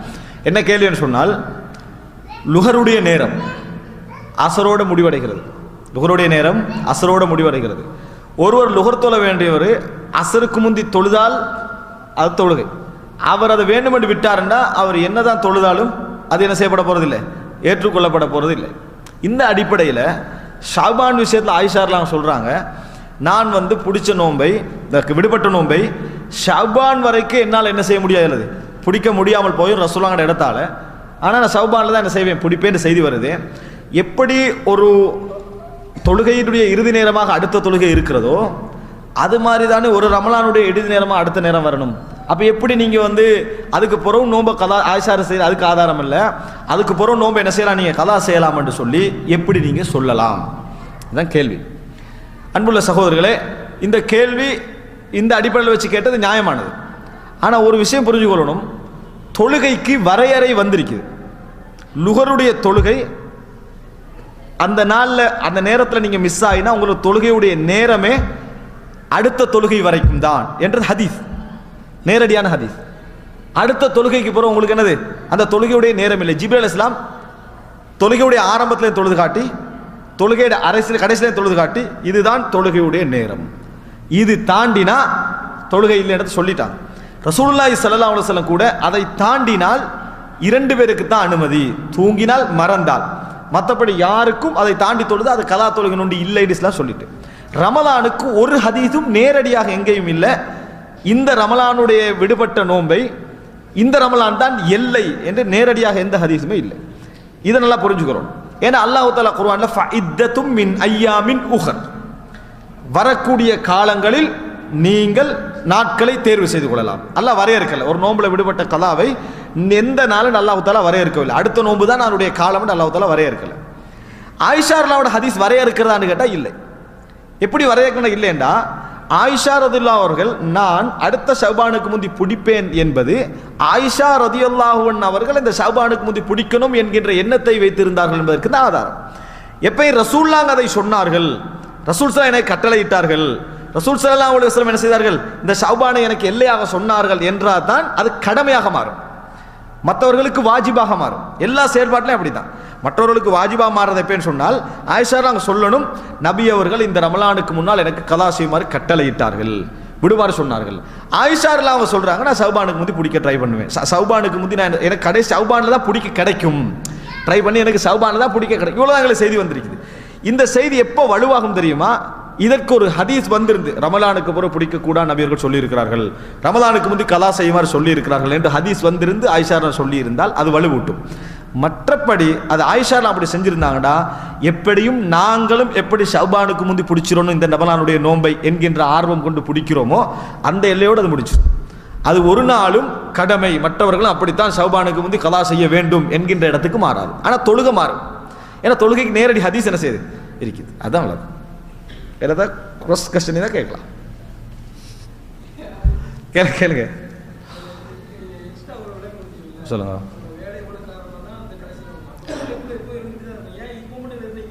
அது சரி இல்லை, நாங்கள் கேட்கலாம், உங்களுக்கு வேலை போல எப்பயும் இருந்துட்டு தான் இருக்கும், ஏன் நிர்ணயிக்கணும்லாம் கேட்கலாம், கடமையாக்கல. நான் என்ன சொல்றேன்டா, கடமை எங்களது சிந்தனையால் வாரதில்லை, அல்லாஹ்வும் ரசூலும் கடமையாக்கி இருந்தால்தான் கடமை. இப்போ எனக்கு ஒரு கேள்வி வரலாம், ஃபார் எக்ஸாம் நான் உரங்கப்படுத்தினேன், அதாவது இந்த மாதிரி சப்ஜெக்ட் நிறைய கேள்விகள் வரும். இப்போ உதாரணமாக சொல்கிறேன், ஒரு உதாரணத்தை ஃபார் எக்ஸாம்பிளுக்கு ஒருவர் கேட்குறாரு, இந்த நாம் இருக்கிற ஏரியா நிறைய இந்த நாய்கள் இருக்கக்கூடிய ஏரியா, திடீர்னு எனக்கு வெளியே வேண்டி தொழ வேண்டி ஏற்படுது, நாயெல்லாம் போகும் வரும், பக்கத்தில் தொழலாமா என்று கேட்டால் நம்மளுக்கு கேள்வி, உனக்கு வீட்டில் தொலைலதா, ஏன் நீ நாய்க்கிற இடத்துக்கே நீ போகிற, இது நியாயமான கேள்வி. ஆனால் அவன் கேட்டது அதல்ல, நாய்கிறது தொழலாமா தொழக்கூடாதான்றது. ஏன்னா மனநிலை நல்லா சொல்லுது, அந்த இடத்துல தொழுற அவ்வளோ நல்லம் இல்லை என்பது. வாஜிப் சுன்னத் என்றெல்லாம் சொல்லக்கூட அல்லாவும் அவனது தூதரும் அதை சொல்லியிருக்கணும், வழிகாட்டி இருக்கணும். எனவே நான் அந்த இடத்துல என்ன சொல்றேன், நல்லாவே படலை, மார்க்கரியா இஸ்லாம் அதை அவ்வளோ வரவேற்காது. ஆனால் நான் கூடாதுன்னு எனக்கு சொல்ல முடியாது, காரணம் ஹதீஸ் எனது இல்லை. அதே மாதிரி தான் நீங்கள் என்ன புரிஞ்சுக்கணும்னு சொன்னால், ஆயிஷா ரலியல்லாஹு அன்ஹா அவர்கள் வேலைப்பளுவின் காரணமாக எனக்கு ஷவ்பானில் தான் பிடிக்க கிடைக்கும், ஷவ்பான் தான் கடைசி இல்லை என்பது சொல்லலை, வகை ரீதியாக ஆயிஷா சொல்லலை. ஆயிஷா சொன்னது எனக்கு வேலைப்பளு நான் ஷவ்பானில் தான் பிடிப்பேன். வேலைப்பளு ஒருவருக்கு தொடர்ந்தே இருந்து கொண்டிருக்கலாம். நாங்கள் என்ன சொல்லணும் பாருங்க, வேலைப்பளு இருந்தால் உங்களுக்கு தொடர்ந்து இருந்துகிட்டே இருக்கும், இப்படியே தான் நீங்கள் நோம்பு என்ன செய்வீங்க, கடத்திட்டு போவீங்க, அதனால் இந்த ஷவ்பானுக்குள்ளே பிடிச்சிக்கல பாருங்க. இது ஒரு சப்ஜெக்ட். ஷவ்பானுக்கு முன்னால் பிடிக்காது விட்டால் அவருக்கு ரமலானுக்கு பின்னால் நோம்பு பிடிக்க கூடாது, இது ஒரு சப்ஜெக்ட், இது வகை விளங்கிட்டா. இது நம்ம தடை செய்யறதுக்கு மார்க்க ஆதாரம் இருக்கு, இது ஓகே, நீங்கள் சொன்ன பாயிண்ட் ஓகே, இதுதான் சப்ஜெக்ட். அல்லாஹு அலம். அடுத்தது, ரமலான் மாதம் குழந்தை உண்டாகி இருந்தால் விடுபட்ட நோன்பிற்கு ஜக்காத் கொடுக்கப்பட்ட பின்னரும் நோன்பு வைக்க வேண்டுமா? இந்த கேள்வி வந்தனால் இது அந்த கேள்வியை விளங்கப்படுத்துறதுக்கு இன்னொரு ஹெல்ப் கிடைச்சிச்சு. சரியா? இன்னொரு உதாரணம் என்ன சொன்னால், சில பெண்மணிகள் கர்ப்பிணி ஆகிடுறாங்க வைங்க, 10ஆம் மாதம் குழந்தை கிடைக்குது, 12ஆம் மாதம் ரமலான் ஆயிடுச்சு, பால் கொடுக்குறாங்க. இப்போ இவர்களுக்கு கலா செய்கிறது தான் கடமை, இவர்களுக்கு கலா செய்வதுதான் கடமை, மற்றபடி பரிகாரம் இல்லைன்னு இஸ்லாம். அவர்களுக்கு நோம்பை விடலாம், நோம்பை விட்டு என்ன செய்யணும், கலா செய்யணும். ஒரு ரமலானில் விட்ட நோம்பை இன்னொரு ரமலானுக்குள்ள கலா செய்யணும் கடமை எடுத்துக்கு எந்த ஹதீஸுமே இல்லை. இது இன்னும் சொல்ல போனா அவ என்ன செய்ய வேண்டி வரும், இந்த விட்ட நோம்பை கலா செய்ய முடியாதனால, ஏன்னா அவ புள்ள கிடைச்சோடனே இப்போ கலா செய்யணும், அடுத்த பால் குடிக்கிற சப்ஜெக்ட். இப்போ ஒரு ரமலான் ஃபுல்லாவே இது ஆகிட்டால் இவர்களுக்கு என்ன கேள்வி என்ற அம்சம் என்ன செய்யும், ஒரு உபரியான ஒரு கேள்வி வரும். அவங்க பரிகாரம் கொடுக்குறேன், அவங்க எல்லையை தாண்டிட்டாங்க, இந்த இதுக்குள்ள இது முடிச்சிருக்கணும், இப்போ எல்லையை அவங்க தாண்டிட்டாங்க. சரியா? இல்லை உதிர் இருந்தால் தாண்டலாம், என்ன ஆதாரம், காரணம் இருந்தால் தாண்டலாம், ஒரு வருடத்துடைய நோம்பை அடுத்த வருடத்துக்கு காரணம் இருந்தால் தாண்டலாம், அதுக்கு ஒரு ஆதாரம் என்ன செய்ய வேண்டி வரும், ஸ்பெஷலான ஆதாரம் கேட்க வேண்டி வரும். அப்படி எதுவுமே மார்க் என்ன செய்ய சொல்லலை. சில பெண்கள் அதாவது இந்த மாதிரி பால் கொடுத்துட்டு இருப்பாங்க 2 வருஷம், சில நேரத்தில் அவர்கள் மறுபடி கருப்பு நிறுத்தி குழந்தை கிடைப்ப 2, 3 வருடங்கள் 4 வருடங்களாக என்ன செய்யும், அப்படி போகக்கூடிய பெண்மணிகள் நிறைய இருக்கிறாங்க. அப்போ அந்த மாதிரி நபர்களுக்கெல்லாம் கலா என்கின்ற அம்சம் என்ன செய்யும், இதுக்குள்ள ஒரு நெருக்கடிக்குள்ளான ஒரு அம்சமாக வரும், அல்லது அவர்களுக்கு தண்ட பரிகாரம் கொடுக்கறதுக்கு இன்னும் ஹதீஸ்ன்னு சொல்ல வேண்டிய அம்சமாக வரும். அப்படியெல்லாம் இஸ்லாம் என்ன செய்யலை, சொல்லலை. ஆயிஷார்லாம் ஹதீஸ் அவருடைய முயற்சியும் கவனத்தை காட்டுது, எல்லோருடைய வளமையும் முயற்சியும் போன்று, எல்லோருடைய வளமையும் முயற்சியும் போன்று. தஹதீத் என்ன செய்யலை, ஹதீஸ்ல வரவில்லை. மற்ற ரமல், அதாவது அந்த சட்டத்தை போட்டோம்னா அடுத்த ரமலானுக்கு போகிறோம், இவர் அந்த நோம்புகள் பெரும்பாவம் தான், விடுபட்ட நோம்புகள் நியாயமாக விட்ட நோம்புகள் இனி பெரும்பாவத்தில் என்ன செய்யும், பேத்து சேரும், அவர் ஒரு நாள் என்ன செய்ய முடியாது, அதை ஈடுகட்ட முடியாத இடத்துக்கு வரும். அடுத்ததாக, ரமலான் மாதம் குழந்தை உண்டாகியிருந்தால் விடுபட்ட நோன்பிற்கு ஜக்காத் கொடுக்கப்பட்ட பின்னரும் நோன்பு வைக்க வேண்டுமா? ஜக்காத்னா பரிகாரமோ, நான் நினைக்கிறேன் பரிகாரமாகி, அதான் ரமலான் மாதம் குழந்தை உண்டாகி இருக்குது, இப்போ அந்த நோன்பை என்ன செய்யணும், அவள் கர்ப்பிணி ஆகிட்டா, அப்போ அவளுக்கு சலுகை இருக்குது, இவ நோன்பை கலா செய்யணும். இப்போ ஒரு பரிகாரம் கொடுக்குறான், ஒரு நோம்புக்கு ஒரு 2 பேருக்கோ 3 பேருக்கோ உணவு என்ன செஞ்சுறாங்க, 2 பேருக்கு கொடுத்தான்னு வைங்களேன், அப்போ 30 நாளைக்கு என்ன செய்யறான், ஒரு 60 பேருக்கு சாப்பாடு கொடுத்துட்டா. இதுக்கு பிறகு நம்ம கலா செய்யணும். முதலாவது, கர்ப்பிணிகளோ பாலூற்ற தாய்மார்களுக்கோ எந்த விதமான பரிகாரம் ஹதீஸ்ல என்ன செய்யலை, ஆதாரபூர்வமான ஹதீஸ்ல இல்லை. அவர்கள் நோம்பை கலா இம்மல் கலா இம்மல் கஃபாரா, ஒன்றில் கலா அல்லது கஃபாரா பரிகாரம். கலாவும் கஃபாராவும் இங்கே என்ன செய்யலை, ஆதாரம் இல்லை. கலாவும் கஃபாராவும் உண்டு, ஒரு ஆதாரம் இந்த விஷயத்தில் இல்லை. அதனால் நீங்கள் என்ன புரிஞ்சுக்கணும்னு சொன்னால், அந்த பெண்மணிகள் அப்படி இருந்தால் அடுத்த ரமலானுக்கு முந்தி அவர்களால் கலா செய்ய முடியுமா, முடிஞ்ச அளவுக்கு அதுக்கு முயற்சி செய்யணும்.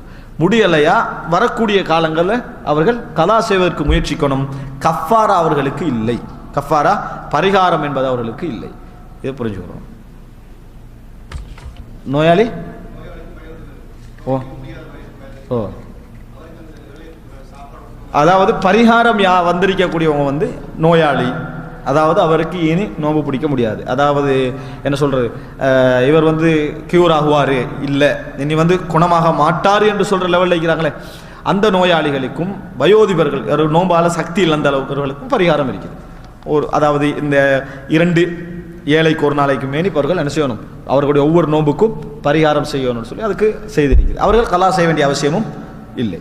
அது குர்ஆனில் வரக்கூடிய விஷயம். அது இப்னு அப்பாஸ் ரலியல்லாஹு அவர்கள் அதை என்ன செய்கிறாங்க, இந்த 2 பேருக்கும் பொருத்தமான செய்தி என்று அது ஆரம்பத்தில் அந்த சட்டம் இருந்தது என்பதை இப்னு அப்பாஸ் ரலியல்லாஹு அவர்கள் சுட்டி காட்டுகிறார்கள். 1 செகண்ட். எப்படி பரிகார உணவு வந்து முஸ்லிம்ஸுக்கு கொடுக்கணுமா நன் முஸ்லிம்ஸுக்கு கொடுக்கலாமான்னு கேட்டால், ஏழைகள் என்று கிட்ட எல்லாருக்கும் என்ன செய்யலாம், கொடுக்கலாம். நம்மளுக்கு சூழ வாழக்கூடியவர்கள் யார் என்பதை வச்சு தான் முதல்ல என்ன செய்யணும், ஆரம்பிக்கணும். முஸ்லிம்ஸை முற்படுத்தணும். நம்மளுக்கு சூழ முழுமையாகவே முஸ்லீம் இருக்கிறாங்கன்னு சொன்னால் நம்ம நன் முஸ்லிம்ஸோட நெருக்கமான நடக்கணும். இருக்கிற அரசியலை கொடுத்து அங்கே கொடுக்கக்கூடாது. இங்கே ரவுனுக்கு இருந்தால் இங்கே தான் முதலாக கொடுக்கணும். ஆனால் நம்மளுக்கு சூழ என்ன செய்கிறாங்க, நன் முஸ்லிம்ஸ் இருக்கிறாங்க.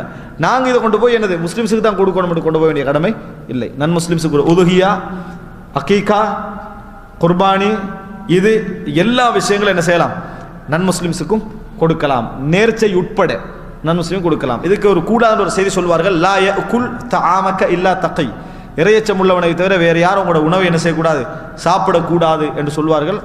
இது செய்தி சஹீஹ் என்றே வச்சுக்க, லைவான செய்தியா, இது ஆதாரபூர்வமான செய்தி அல்ல. சஹீஹ் என்றே வைத்து கொண்டாலும் சரி, இந்த செய்தி நீங்கள் கொடுக்கக்கூடிய தர்மத்துக்குரிய விஷயம் அல்ல.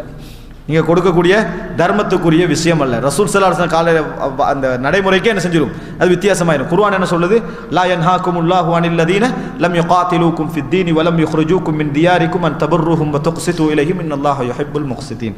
உங்களை வீடுகளை விட்டு வெளியேற்றாமல், உங்களோடு யுத்தம் செய்யாமல், உங்களோடு இருக்கக்கூடிய குஃபார்களுக்கு அவர்களுக்கு நலவு செய்வதையோ உபகாரம் செய்வதையோ அல்லாஹ் ரப்புல் ஆலமீன் தடை செய்யவில்லை.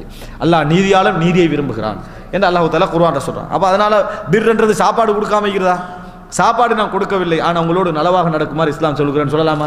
அப்படி இல்லை. சாப்பாடுக்கு தான் முதலாவது நலவு. அதனால் அது வந்து எந்த விதமான தடையும் செய்யப்படலை. அகீகா, உதுஹியா, இந்த மாதிரி பரிகாரங்கள் நம்மளுக்கு சூழ நன் முஸ்லிம்ஸ் இருந்தால் தாராளமாக என்ன செய்யும், கொடுங்க. சில பொழுதுகளில் இஸ்லாத்தை பற்றி ஒரு நல்லெண்ணத்தை அது என்ன செய்யும், அவர்களுக்கு மத்தியில் அது உருவாக்கும்.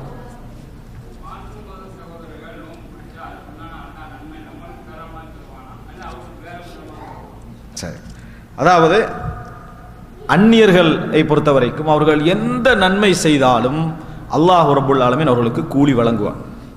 அல்லாஹ் நீதியாளன் தானே இல்லையா? அல்லாஹ் நீதியாளன் என்று சொன்னால் எப்படி ஒரு முஸ்லீம் நோன்பு பிடிக்கிற நேரத்தில் அல்லாஹு தாலா கூலி வழங்குறானோ அவனே என்ன செய்வான், அல்லாஹு தாலா அவனுக்கும் கூலி வழங்குவான்.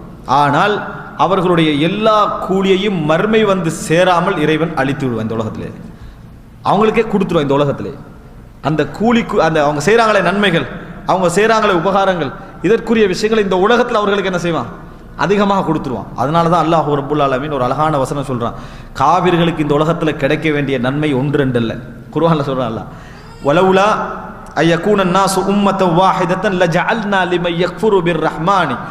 அழகான ஒரு வசனம். அல்லாஹ் தஆலா சொல்கிறான், எல்லாரும் ஒன்றாகி விடுவார்கள் என்று இல்லை என்றால், காஃபிர் முஸ்லிம் என்று வேறுபாடு இல்லாமல் ஒரே சமுதாயமாக எல்லாரும் ஆகிவிடுவார்கள் என்று மட்டும் இல்லை என்றால், காபிர்களுக்கு நான் தங்கத்தாலான மாளிகைகளை இந்த உலகத்தில் அமைத்து கொடுத்திருப்பேன் என்றான். அவங்களுக்கெல்லாம் இந்த உலகத்தில் தங்க மாளிகை கிடைக்கணும், அவ்வளோ அவன் நன்மைகளுக்கு முற்படுத்த வேண்டிய அவ்வளோ விஷயங்கள் இருக்குது. ஆனால் கொடுத்தா எல்லாரும் காபீர் ஆகிடுவாங்கன்றா அல்லாஹ் அழகா சொல்றான்.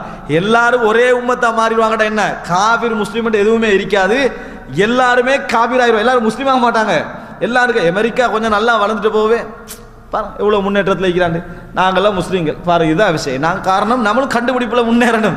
அப்படின்ட்டு எதை வச்சு சொல்கிறேன், அமெரிக்காவுடைய நல்ல உலகியல் நவீன முன்னேற்றங்கள், அவர்கள்லாம் ஆத்மீகத்துறை, அதெல்லாம் ஒன்றும் இல்லை, சும்மாடி பறக்கிறத வச்சு விளங்கிட்டா. அந்த முன்னேற்றங்கள் நாங்கள் அடையணும் என்றால், எஜுகேஷனில் நாங்கள் முன்னேற வேண்டும் என்றால் நம்ம அந்த இடத்துக்கு என்ன செய்யணும், போகணும். கொஞ்சம் சாதாரண ஒரு சகோதரர் கேட்குறாரு, வட்டி எல்லாம் அழிப்பான்னு சொல்கிறாங்களே, எல்லா பேங்க்கும் பசந்தாக இருக்குது எப்படின்னு கேட்டார். வட்டி எல்லாம் அழிப்பான்னு சொல்கிறானே, பேங்க்கெல்லாம் அப்படி அழகாக இருக்குது, இது என்னன்னு கேட்டார். அப்போ என்ன மக்கள் எப்படி விளங்குறாங்க பார்த்தீங்களா? அப்போ எல்லா மக்களும் ஒன்றாகி விடுவார்கள் என்று இல்லை என்றால் நாம் என்ன செஞ்சிருப்போம், காபிர்களுக்கு நிறைய கொடுத்திருப்போம் என்றான். அல்லாஹு தாலாவை வந்து இந்த உலகத்தில் அதை செய்ய முடியாமல் அல்லாஹு தாலா நிறுத்தி கொண்டதற்கு செய்யாமல் நிறுத்தி கொண்டதுக்கு என்ன காரணம் தெரியுமா?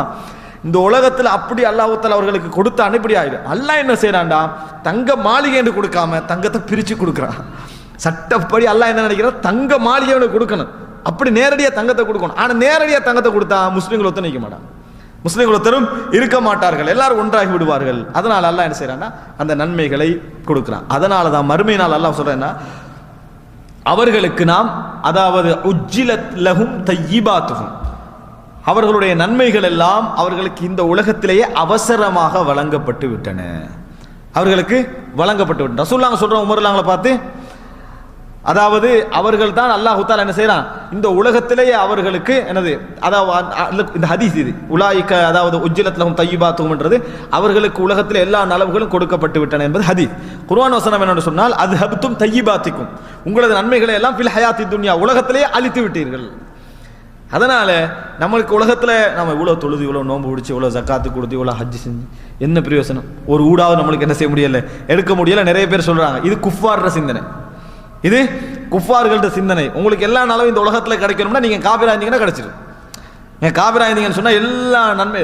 ஒரு ஆள் சொல்றாரு, நான் இனி எனக்கு நான் மறுமையில சொர்க்கம் கிடைச்சதோ இல்லை, இந்த உலகத்துல நான் இப்ப காபிரா போறேன்னு சொன்னா உடனே என்ன செய்யலாம், அவர் 20 வருஷம் செஞ்ச நன்மையில தான் என்ன செஞ்சிடலாம், இந்த உலகத்துல அல்லாஹ் கூலியை கொடுத்துருவோம். அதுக்கு தான் அரபுல சொல்ற இஹ்பாத், அல்லாஹ் தஆலா அமல்களை அழித்து விட்டான். அழித்து விட்டான்டா என்ன, அல்லாஹ் தஆலா நீதியாளன், செஞ்சதுக்கு கூலி கொடுப்பான், இந்த உலகத்திலே கொடுத்துருவான், மறுமைக்கு கிடைக்காது, இந்த உலகத்திலேயே கொடுத்து விடுவான் என்று அர்த்தம். எனவே காபிர்களுக்கும் அவர்கள் செய்கின்ற நன்மைகளுக்கான செயல்களுக்கான கூலிகள் கொடுக்கப்படும். ஆனால் அது இந்த உலகத்திலேயே முடிஞ்சிடும், இந்த உலகத்திலேயே முடிந்துவிடும். ரைட், சொல்லிடுறேன். நோம்புலேயே ஜக்காத்து கொடுக்க முக்கியமான கேள்வி, அதை நீங்கள் சொல்லிடுங்க. உங்களோட கேள்வி ஒன்று கேட்டீங்க.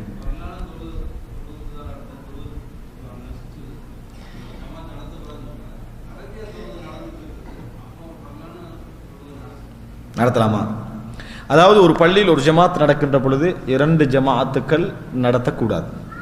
ஒரு பள்ளியில் ஒரு ஜமாத் நடக்கின்ற பொழுது 2 ஜமாத்துக்கள் என்ன செய்யக்கூடாது, நடந்து கொண்டிருக்கிற நேரத்தில் ஒரு ஜமாத் நடக்குது, அதே டைமில் இன்னொரு ஜமாத் நடக்குது, இஸ்லாம் என்ன செய்யலை, அனுமதிக்கலை. அது சுன்னத்தான ஜமாத்தாக இருந்தாலும் ஃபர்லான ஜமாத்தாக இருந்தாலும். சலாத்து தராவி ஜமாத் நடந்துட்டீங்கதா, ஒரு ஆள் தொழலையா, ஜமாத்தா தொழணுமா, அந்த தராவியில் என்ன செய்யலாம், அவர் இணைந்து கொள்ளலாம். தனியான ஒரு ஜமாத் என்ன செய்யக்கூடாது, அவர் வைக்கக்கூடாது. புரிஞ்சுட்டா? அது பிரச்சனை இல்லை. அதாவது இகாமத்தில் சொல்லப்படவில்லை என்பதெல்லாம் அது பிரச்சனையே அல்ல. நாங்கள் என்ற தொழுகையுடைய அம்சம் மின தக்பீர் இல தஸ்லீம், தொழுகையுடைய அம்சம் தக்பீர்லையும் தஸ்லீம் தான். அதுக்கு முன்னால் சொல்லப்படுகிற இகாமத் அதான் எல்லாம் தொழுகையுடைய உபரியான பகுதிகள். ஒருவர் இகாமத் சொல்லலைண்டா அவருக்கு தொழுகை கூடாண்டு அர்த்தம் இல்லை, அதான் சொல்லலைண்டா அவரை தொழுகை கூடாண்டு அர்த்தம் இல்லை. இகாமத்தை சொல்லி போட்டு ஒரு சாப்பிட்டு வந்தால் தொழுகை என்ன செய்யாது, அது பாதிக்காது. ரசூலுல்லாஹ் குளிச்சுட்டே என்ன செஞ்சுக்கிறாங்க, வந்திக்கிறாங்க, அதை தொழுகை என்ன செய்யாது, பாதிக்காது. தொழுகை என்பது தக்பீர், தக்பீர்லேருந்து ஆரம்பிக்குது. அதனால அல்லாஹ் அக்பர் சொல்லி சலாத்தில் முடிகிற எந்த தொழுகையாக இருந்தாலும் நம்ம என்ன செய்யலாம், அதை இணைச்சிக்கலாம், ஜனாசா தொழுகையை தவிர. ஏன்னா அதில் ருக்கு சுஜூத் என்னது அதில் இல்லை.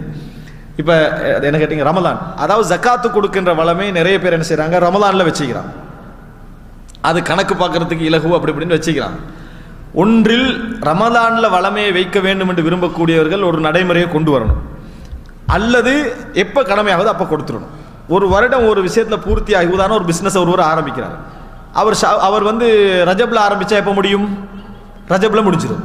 அப்போ ரஜப்லேயே அவருக்கு கடமை ஆகிட்டு 2.5 வீதம், உதாரணமாக அவருக்கு 2.5 லட்சம் பணம் கடமை ஆகிட்டுன்னு வைங்களேன். இந்த 2.5 லட்சம் யாருக்குரியது? இப்போ ரசூல் ஸல்லல்லாஹு அலைஹி வஸல்லம் அவர்கள் ஹசன் ரதியல்லாஹு அவங்க ஈத்தம்பழத்தை வாயில போட்டு என்ன செஞ்சாங்க, எடுத்து வீசி விட்டு சொன்னார்கள், அவுசாஹுன் நாஸ், மக்களுடைய அசுத்தம் என்று சொன்னாங்க. மக்களுடைய அசுத்தம் என்ன, மக்களுடைய அசுத்தம் என்ற அர்த்தம் இல்லை, நாங்கள் சாப்பிட்டா நம்ம அசுத்தத்தை சாப்பிடுகிறோம்னு அர்த்தம், எங்களுக்கு உரிமை இல்லைன்னு அர்த்தம். அப்போ நம்ம அசுத்தத்தை என்ன செய்கிறோம், தேக்கி வச்சுட்டு மக்களுக்கு போனால் தான் அது சுத்தம். எங்கள்கிட்ட இருக்கும் வரைக்கும் அவுசாஹ சுத்தம்னு அர்த்தம், அசுத்தம்னு அர்த்தம். அப்போ 2.5 வீதம் எங்கள்கிட்ட ரஜப்ல இருந்த அர்த்தம் ஷாபான் ரமலான் வரைக்கும் வெயிட் பண்ணோம்னு சொன்னால் நாங்கள் என்ன செய்கிறோம், அதில் பிழை விடுகிறோம், அதில் பிழை விடுகிறோம். ரமலான் நம்ம ரஜப்ல ஆரம்பித்தா ரஜப்ல முடியணும், ஷாபானில் ஆரம்பித்தா ஷாபானில் முடியணும், ரமலானில் ஆரம்பித்தா ரமலானில் முடியணும். ரமலானில் ஜக்காத்து கொடுக்கின்ற வளமை நாங்களாக ஏற்படுத்தி கொண்ட ஒரு வளமை. ஒருவர் ஜக்காத் எனக்கு வழங்கு, இந்த வருஷம் நான் ஒரு வருடமாகிட்டேன்டா அந்த உரிய டைமில் கணக்கு பார்த்து கொடுத்துடணும், கையில் என்ன செய்யக்கூடாது, வைத்து கொண்டு இருக்கக்கூடாது. அதே நேரம் ஒருவருக்கு ரமலான் தான் இலகு வேண்டாம், அந்த வளமை அவர் கொண்டு வரலாம், அவர் வளமை என்ன செய்யலாம், கொண்டு வரலாம். அக்கௌண்ட்டை என்ன செய்யலாம், ஒரு வருஷம் இந்த வருடம் ஆகிறது, அதை அவர் என்ன செய்யலாம், ரமலானுக்கு செட்டப் ஆகிற மாதிரி, ரமலானில் முடிகிற மாதிரி அந்த பிஸ்னஸ் அவருக்கு என்ன செஞ்சுக்கலாம், சேஞ்ச் பண்ணிக்கலாம். அந்த அக்கௌண்ட்டை பே முடிச்சு அதுக்குரிய மாதிரி ஜக்காத் அந்த டைமில் கொடுத்து அதில் நிறைவேற்றி ரமலானில் இது ஸ்டார்ட் பண்ண வச்சு ரமலானில் செஞ்சுக்கலாம்.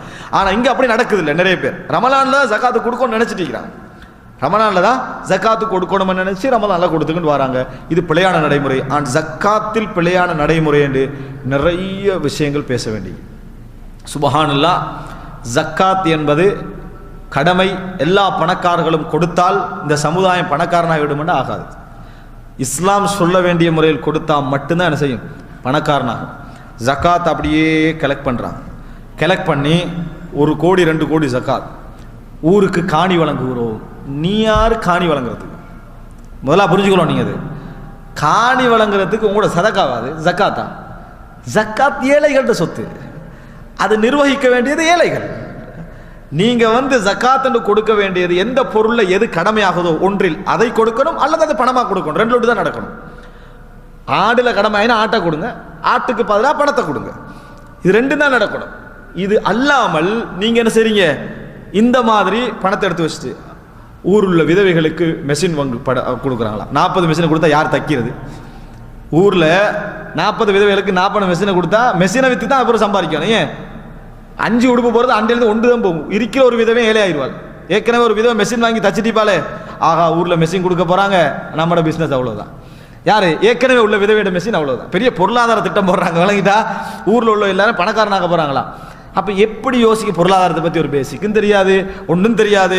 நம்ம பள்ளியிலிருந்து எல்லாருக்கும் ஊரில் மெஷின் வழங்குகிறோம், 100 மெஷின். ஊரில் உள்ள இளைஞர்களுக்கெல்லாம் 100 ஆட்டா. அப்புறம் ஹாஜரிக்கும் அந்த ஊரில் உள்ளவண்ட ஏழையாக்குற வேலை. புதுசாக உள்ள ஆட்டாவில் பார்த்து ஒருத்தன் ஏறுவா, ஏற்கனவே பழைய ஆட்டாக்குதே இவனே ஏற மாட்டான். ஜக்காத்து கொடுத்தனால பழையில் உள்ள ஏழை ஆயிடுவான். உனக்கு யார் ஆட்டா கொடுக்க சொன்னது? இஸ்லாம் வந்து எது கடமையாகுதோ இந்த பணம் அவருக்கு இல்லை அநியாயமாக செலவிச்சிருவான். அது ஓண்ட பணத்தை யோசி, அநியாயமாக செலவழிச்சு அது அவன்ட பணம். நீ கொடுக்குற சதக்கால யோசி. இங்கே பாருங்க, நான் உங்களுக்கு வீடுக்கு தான் தாரேன், ஒரு பாத்ரூம் கட்ட தான் தாரேன், கல்விக்கு தான், அது சொல்லலாம். ஏன் அவன் நீ சதக்கா கொடுக்குற, நீ கொடுக்குற ஜக்காத்து அது ஓண்ட பணமே அல்ல. அவன் செலவழிச்சாலும் சரி, உனக்கு முன்னால கிழிச்சு வீசினாலும் சரி, அது உனக்குரிய அம்சம் அல்ல. அதுதான் நீ உள்ளத்துல ஜக்காத்து சரியா கொடுக்குறான்னு அர்த்தம். இது அப்படியா கொடுக்குறாங்க? 1 கோடி ஜக்காத்து தனக்கு வந்துட்டா அதுக்கு ஆரம்ப முன்னுரை பின்னுரை தேர்வு செஞ்சதுக்கான காரணங்கள் என்ன, அது இதுன்னு பாராட்டி இவர சொந்த பணத்தை கொடுக்குற மாதிரி நீ கடமையா டெக்ஸ்ட்டை கொடுக்குறீங்க கவர்மெண்ட்டுக்கு. இந்த டெக்ஸை நான் ஏன் தருகிறேன் தெரியுமா கவர்மெண்ட்டுக்கு? அப்படி செஞ்சா எப்படி இருக்கும்? டெக்ஸை தரு, உனக்கு பிசினஸுக்கு பெர்மிஷன் தந்தனால டெக்ஸ் அவன் எடுத்துட்டு போற அந்த டெக்ஸ் தான் இது. இஸ்லாமிய ஆட்சியுடைய டெக்ஸ் வந்து ஜக்காத். அதை வந்து கவர்மெண்ட்டுக்கு சொல்லுவோமா ஆட்டா கெடுக்கணும் அது கொடுக்கலான்ட்டு சொல்ல இயலாது.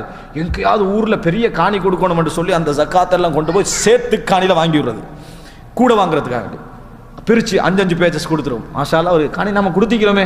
அந்த ஏழைட்ட பேத்து கேட்டா, அல்லாஹ் அந்த காணியை நிரப்புறதுக்கு நான் என் வாழ்க்கை ஃபுல்லாக வாழ்ந்தாலும் நிரப்பேலாது, அவ்வளோ ஒரு சகதியில் போய் காணியை தந்திக்கிறாங்க அப்படின்ட்டு இவன்ட வீட்டுக்கு வாங்குறேன் அப்படி வாங்க மாட்டான். இதுதான் நடக்கக்கூடிய அநியாயங்கள் ஜக்காத்தில். அதனால ஜக்காத்தை பரிமாற ஒன்றில் பணமாக கொடுங்கள். ஏழை கௌரவப்படுவான். இல்லைங்கட்டா? நீங்கள் கொடுங்க, 1 லட்சம் அவனுக்கு ஜக்காத்து கொடுக்க போறீங்க, 10,000 கொடுக்க போறீங்கன்னா 5,000 தான் உங்களுக்கு ஜக்காத்து கொடுக்கலாமா? 5,000 கையில் கொடுங்க. நான் உங்களை செலக்ட் பண்ணதுக்கு காரணத்தை மட்டும் உனக்கு சொல்லுங்க. நீ ஏழை ஆகிக்கிற, உனக்கு குடும்பத்தை உனக்கு படிப்பு இல்லாமல் இருக்குது, அதனால் அந்த படிப்பு செலவுக்காக உதவ மட்டும் தான் தரேன். அது உண்ட பணம், நீ முடிவு எடுத்துக்க, உண்ட பணம் அதுக்காக நான் தாரேன். ஏன் நீ பார்க்கறது மட்டுமல்ல கஷ்டம், ஃபேன் இருக்கும், வீடியோ இருக்கும், டிவி இருக்கும், எல்லாம் இருக்கும். ஆனால் அவனுக்கு ஒரு அதாவது தாங்க முடியாத ஒரு கடன் இருக்கும். நீ எப்படி செலக்ட் பண்ணுவாய்? அவனுக்கு இதை விட அதான் முக்கியமாக இருக்கு. நீ மெஷினுக்கு கொடுப்பாய், ஆனால் இன்னொரு கடன்காரன் இப்போ வந்தோடனே மெஷினை தூக்கிட்டு போகிறதுக்கு அந்த அளவு கடன் அவனுக்கு இருக்கும். வீட்டுக்கு போய் பார்க்கறது ஃபேன் சுத்துது, ஜக்காத் கடமை இல்லை, இவங்க தீர்மானிக்கிறாங்க. வழங்கிட்டா ஃபேன் சுத்து தான் ஜக்காத்து கடமை இல்லை. ஆனால் சவுதி அரேபியாவில் உங்களுக்கு வந்து ஃபேன் டிவி செட்டிலைட் இருந்தாலும் இங்கே லெட்டர் கொடுப்பாங்க ஜக்காத்து கடமை. ஏன் உங்களுக்கு இங்கே சொந்த வீடு வாங்க இயலாது, சொந்த காணி வாங்க இயலாது, நீங்கள் 30,000 40,000 சம்பாதிச்சாலும் எல்லாரும் ஜக்காத்து கடமை உள்ளவங்க. இங்கே ஜக்காத்து கடமை உள்ளவங்க நீங்கள் ஒரு வகையில் ஜக்காத்து கொடுக்க கடமையாக இருக்கீங்க, உங்களோட பொருளாதாரத்தில் அது வேறு. ஆனால் இங்கே அவங்களுடைய பார்வையில் என்ன, நீங்கள் ஜக்காத்து கடமை உள்ளவர்கள், உங்களுக்கு கொடுக்கப்படணும் உங்களுக்கு என்ற பார்வையில் அவங்க இருப்பாங்க. எந்த ஜம்மியத்துல் பிர் ஜம்மியத்துல் இஹ்சான் என்ற எதுக்கு போனாலும் உங்களே அதை செலக்ட் பண்ணுவாங்க. அதில் எதன் காரணமாக செலக்ட் பண்ணுறாங்க? இல்லாமை என்பது அவருடைய இருப்பிடம், அவருடைய அன்றாட வாழ்வாதாரம், அன்றாடைய தேவைகள், கல்வி, மருத்துவ செலவு. உனக்கு அவனுக்கு எது தேவைன்னு அவனுக்கு தான் தெரியும். மனைவிக்கு எது தேவைன்றே நம்மளுக்கு தீர்மானிக்க முடியாத திட்டிக்கிறோம். விளங்கிட்டா? இதில் போய் உனக்கு இதுதான் தேவை எப்படி என்று சொல்லி இவரா செலக்ட் பண்ணி இவரா அவன்கிட்ட கொடுத்துட்டு வந்துடுறது. இப்படி கொடுத்தீங்கன்னு சொன்னால் இந்த பணத்தில் எந்த பிரயோசனம் கிடையாது. நிறைய ஜக்காத்துக்கள் பள்ளி வாயில்களில் தேங்கி இருந்து கொண்டிருக்குது. 10 கோடி 5 கோடி லட்சங்கள் தேங்கி இருந்து கொண்டிருக்கின்றன. ஜக்காத்துக்கான பிளேம் பண்ணி கண்டிக்கிறாங்களாம். ஏழைகள் பார்த்து கண்டிக்கிறான், அன்றாட தின்ன வழி இல்லாமல் அரிசிக்கு வழி இல்லாமல் பார்த்து கண்டிக்கிறேன். எத்தனையோ பேருக்கு தேவை. யார் கடமை வழங்குதோ அவர்களுக்கு கொடு, கையில் கொடுத்துரு, அவர்கள் என்ன செய்வாங்க, செலவழித்துக் கொள்வார்கள். இது மட்டுமல்ல, இன்னொரு விஷயத்தையும் சொல்லி நான் முடிச்சுக்கிறேன். ஏன்னா இந்த பகுதி மக்களுக்கு போகவே இல்லை. இன்னொரு விஷயம் இந்த ரமலான் ஜக்காத் என்ற பேரில் நடக்குது. ஜக்காத்துக்கு தகுதியானவர்கள் அப்ளை பண்ணட்டா அவங்களுக்கு அவடைய பணி தனியாக விட்டுருந்தா அவன் போய் ஜக்காத்தை கொடுத்துருப்பான். விளங்கிட்டா? இவன்ட்ட பணத்தை ஒரு ஜெம்மியாவா சேர்த்து, ஒரு இயக்கமாக சேர்த்து, ஒரு ஆளாக சேர்த்து கலெக்ட் பண்ணி அப்ளை பண்ணவும். இனி அவர் எழுதணும் என்ன காரணம்னு அப்ளை பண்ணணும். எனக்கு டொய்லெட் இல்லை, சரியா, என் குழந்தை கல்வி இல்லை அப்படின்னு. இதில் இன்னொருத்த பக்கத்துலேருந்து அவனுக்கு நல்ல பணம் இருக்கீங்க, அவர் ஆதியார் தம்பிர மகன் தானே, அவனுக்கு எல்லாம் இருக்கு, அவனை பற்றி ஒரு புறங்கல்வி மசூராக்காக தானே பேசுகிறோம், சரியா, எல்லாம் கல்வி கிளியை முடிச்சு ஒரு ஆள் சொல்ல சரி கொடுங்க. இப்படி தான் ஜக்காத்து கடமை. அது நிறைய பேருக்கு. இது மட்டுமல்ல, தன்மானம் உள்ள எவனுக்கு ஜக்காத்து கிடைக்காது. ஏன்? ஒத்தனை எழுத மாட்டான். தன்மானம் உள்ள எவனும் எழுத மாட்டான். ஏன்? ஃபோன் மட்டுமல்ல, ஃபோட்டோ பிடிச்சி போட்டுருவாங்க பேப்பரில். விளங்கிட்டா? சமூக பணிகள், இவன் பிச்சை வாங்கினா, இவன் 5 லட்சம் வாங்கினா, இவன் 5000, இவன்கிட்ட வீட்டுக்கு டொய்லெட் கட்டி கொடுத்தோம், இவனுக்கு வந்து கூரை இல்லாமச்சு கூரை போட்டு கொடுத்தோம், இவன் மனைவிக்கு உடுப்பு வாங்கி கொடுத்தோம்ல, மான மரியாதை பேப்பரில் வாங்குறாங்க. கேட்டால் பொதுப்பணிகளாம், சமுதாயம் செய்த பொதுப்பணிகள். விளங்கிட்டா? சமுதாயத்துக்கு பொதுப்பணிகளாம், சரியா? இதெல்லாம் பொதுப்பணியா? மானத்தை வாங்குற பணிகள். பொதுப்பணியை தனியே செய், ஃபோட்டோ அடிச்சு அவனை. விளங்கிட்டா? ஒரு பொம்பளைக்கு ஒரு 100 ரூபாயோட கொப்பியை கொடுத்துட்டு, 1000 ரூபாயோட கொப்பியை கொடுத்துட்டு அவர்களுக்கு கல்விக்கான அடிப்படை உதவிகள் வழங்கப்பட்டன. அடிப்படை உதவி சாப்பாடு தின்ன வழியில் அமைப்பான், கொப்பியை வித்து சாப்பிட்டுருவோம். விளங்கிட்டா? அவன் உள்ள கஷ்டத்துக்கு அடிப்படை உதவிகளுக்கான இது வழங்கப்பட்டு விட்டன. கொடுங்க, சமூக பணிகளாக சேர்த்து கலெக்ட் பண்ணி கொடுங்க. கொடுத்துட்டு உங்களோட பேரை வந்து என்ன செய்யுங்க, இயக்க நிலைங்க, இத்தனை பேருக்கு நாங்கள் கொடுத்தோம், 1000 பேருக்கு கொடுத்தோம், அக்கௌண்ட்டை உள்ளுக்கு வச்சுக்கோங்க. யாருக்கு கொடுத்தோம், எவங்களுக்கு கொடுத்தோம், எது கொடுத்தோம், ஆதாரத்தை சைன் பண்ணி வச்சுக்கோங்க. கேட்டா காட்டுங்க. நீங்க பட்டியலை போட்டு இப்படி போட்டீங்கடா, அல்லாஹ் தஆலா சொல்றான், பேணுதலின் காரணமாகவும் மானம் மரியாதையின் காரணமாகவும் உங்கள்கிட்ட கேட்க மாட்டார்கள். அவர்களுக்கு போய் ஜக்காத்து கொடுங்க, நீ போட்டோ அடிப்பேன்ற, கேட்டா போட்டோ அடிப்பேன்ற. விளங்கிட்டா? ஜக்காத்து கேட்டு வந்தியோ உடனே போட்டோ அடிச்சு பேப்பர்ல போடாம தரமாட்டேன்னா எந்த மானம் உள்ளவனும் வரமாட்டான், எந்த ரோசம் உள்ளவனும் வரமாட்டான். ஜக்காத்து இப்போ நடக்குது. அப்போ இயக்கங்களால் நம்ம ஜக்காத்தை வளர்த்து சமுதாயத்தில் பணி செஞ்சுக்கிறோம். பணி செஞ்சுக்கிறீங்க, தகுதியானவர்கள் நிறைய பேர் வரவில்லை. தகுதியானவர்கள் நிறைய பேர் மானம் கௌரவம் தான் நிற்கிறாங்க. அதுதான் மிக முக்கியம்.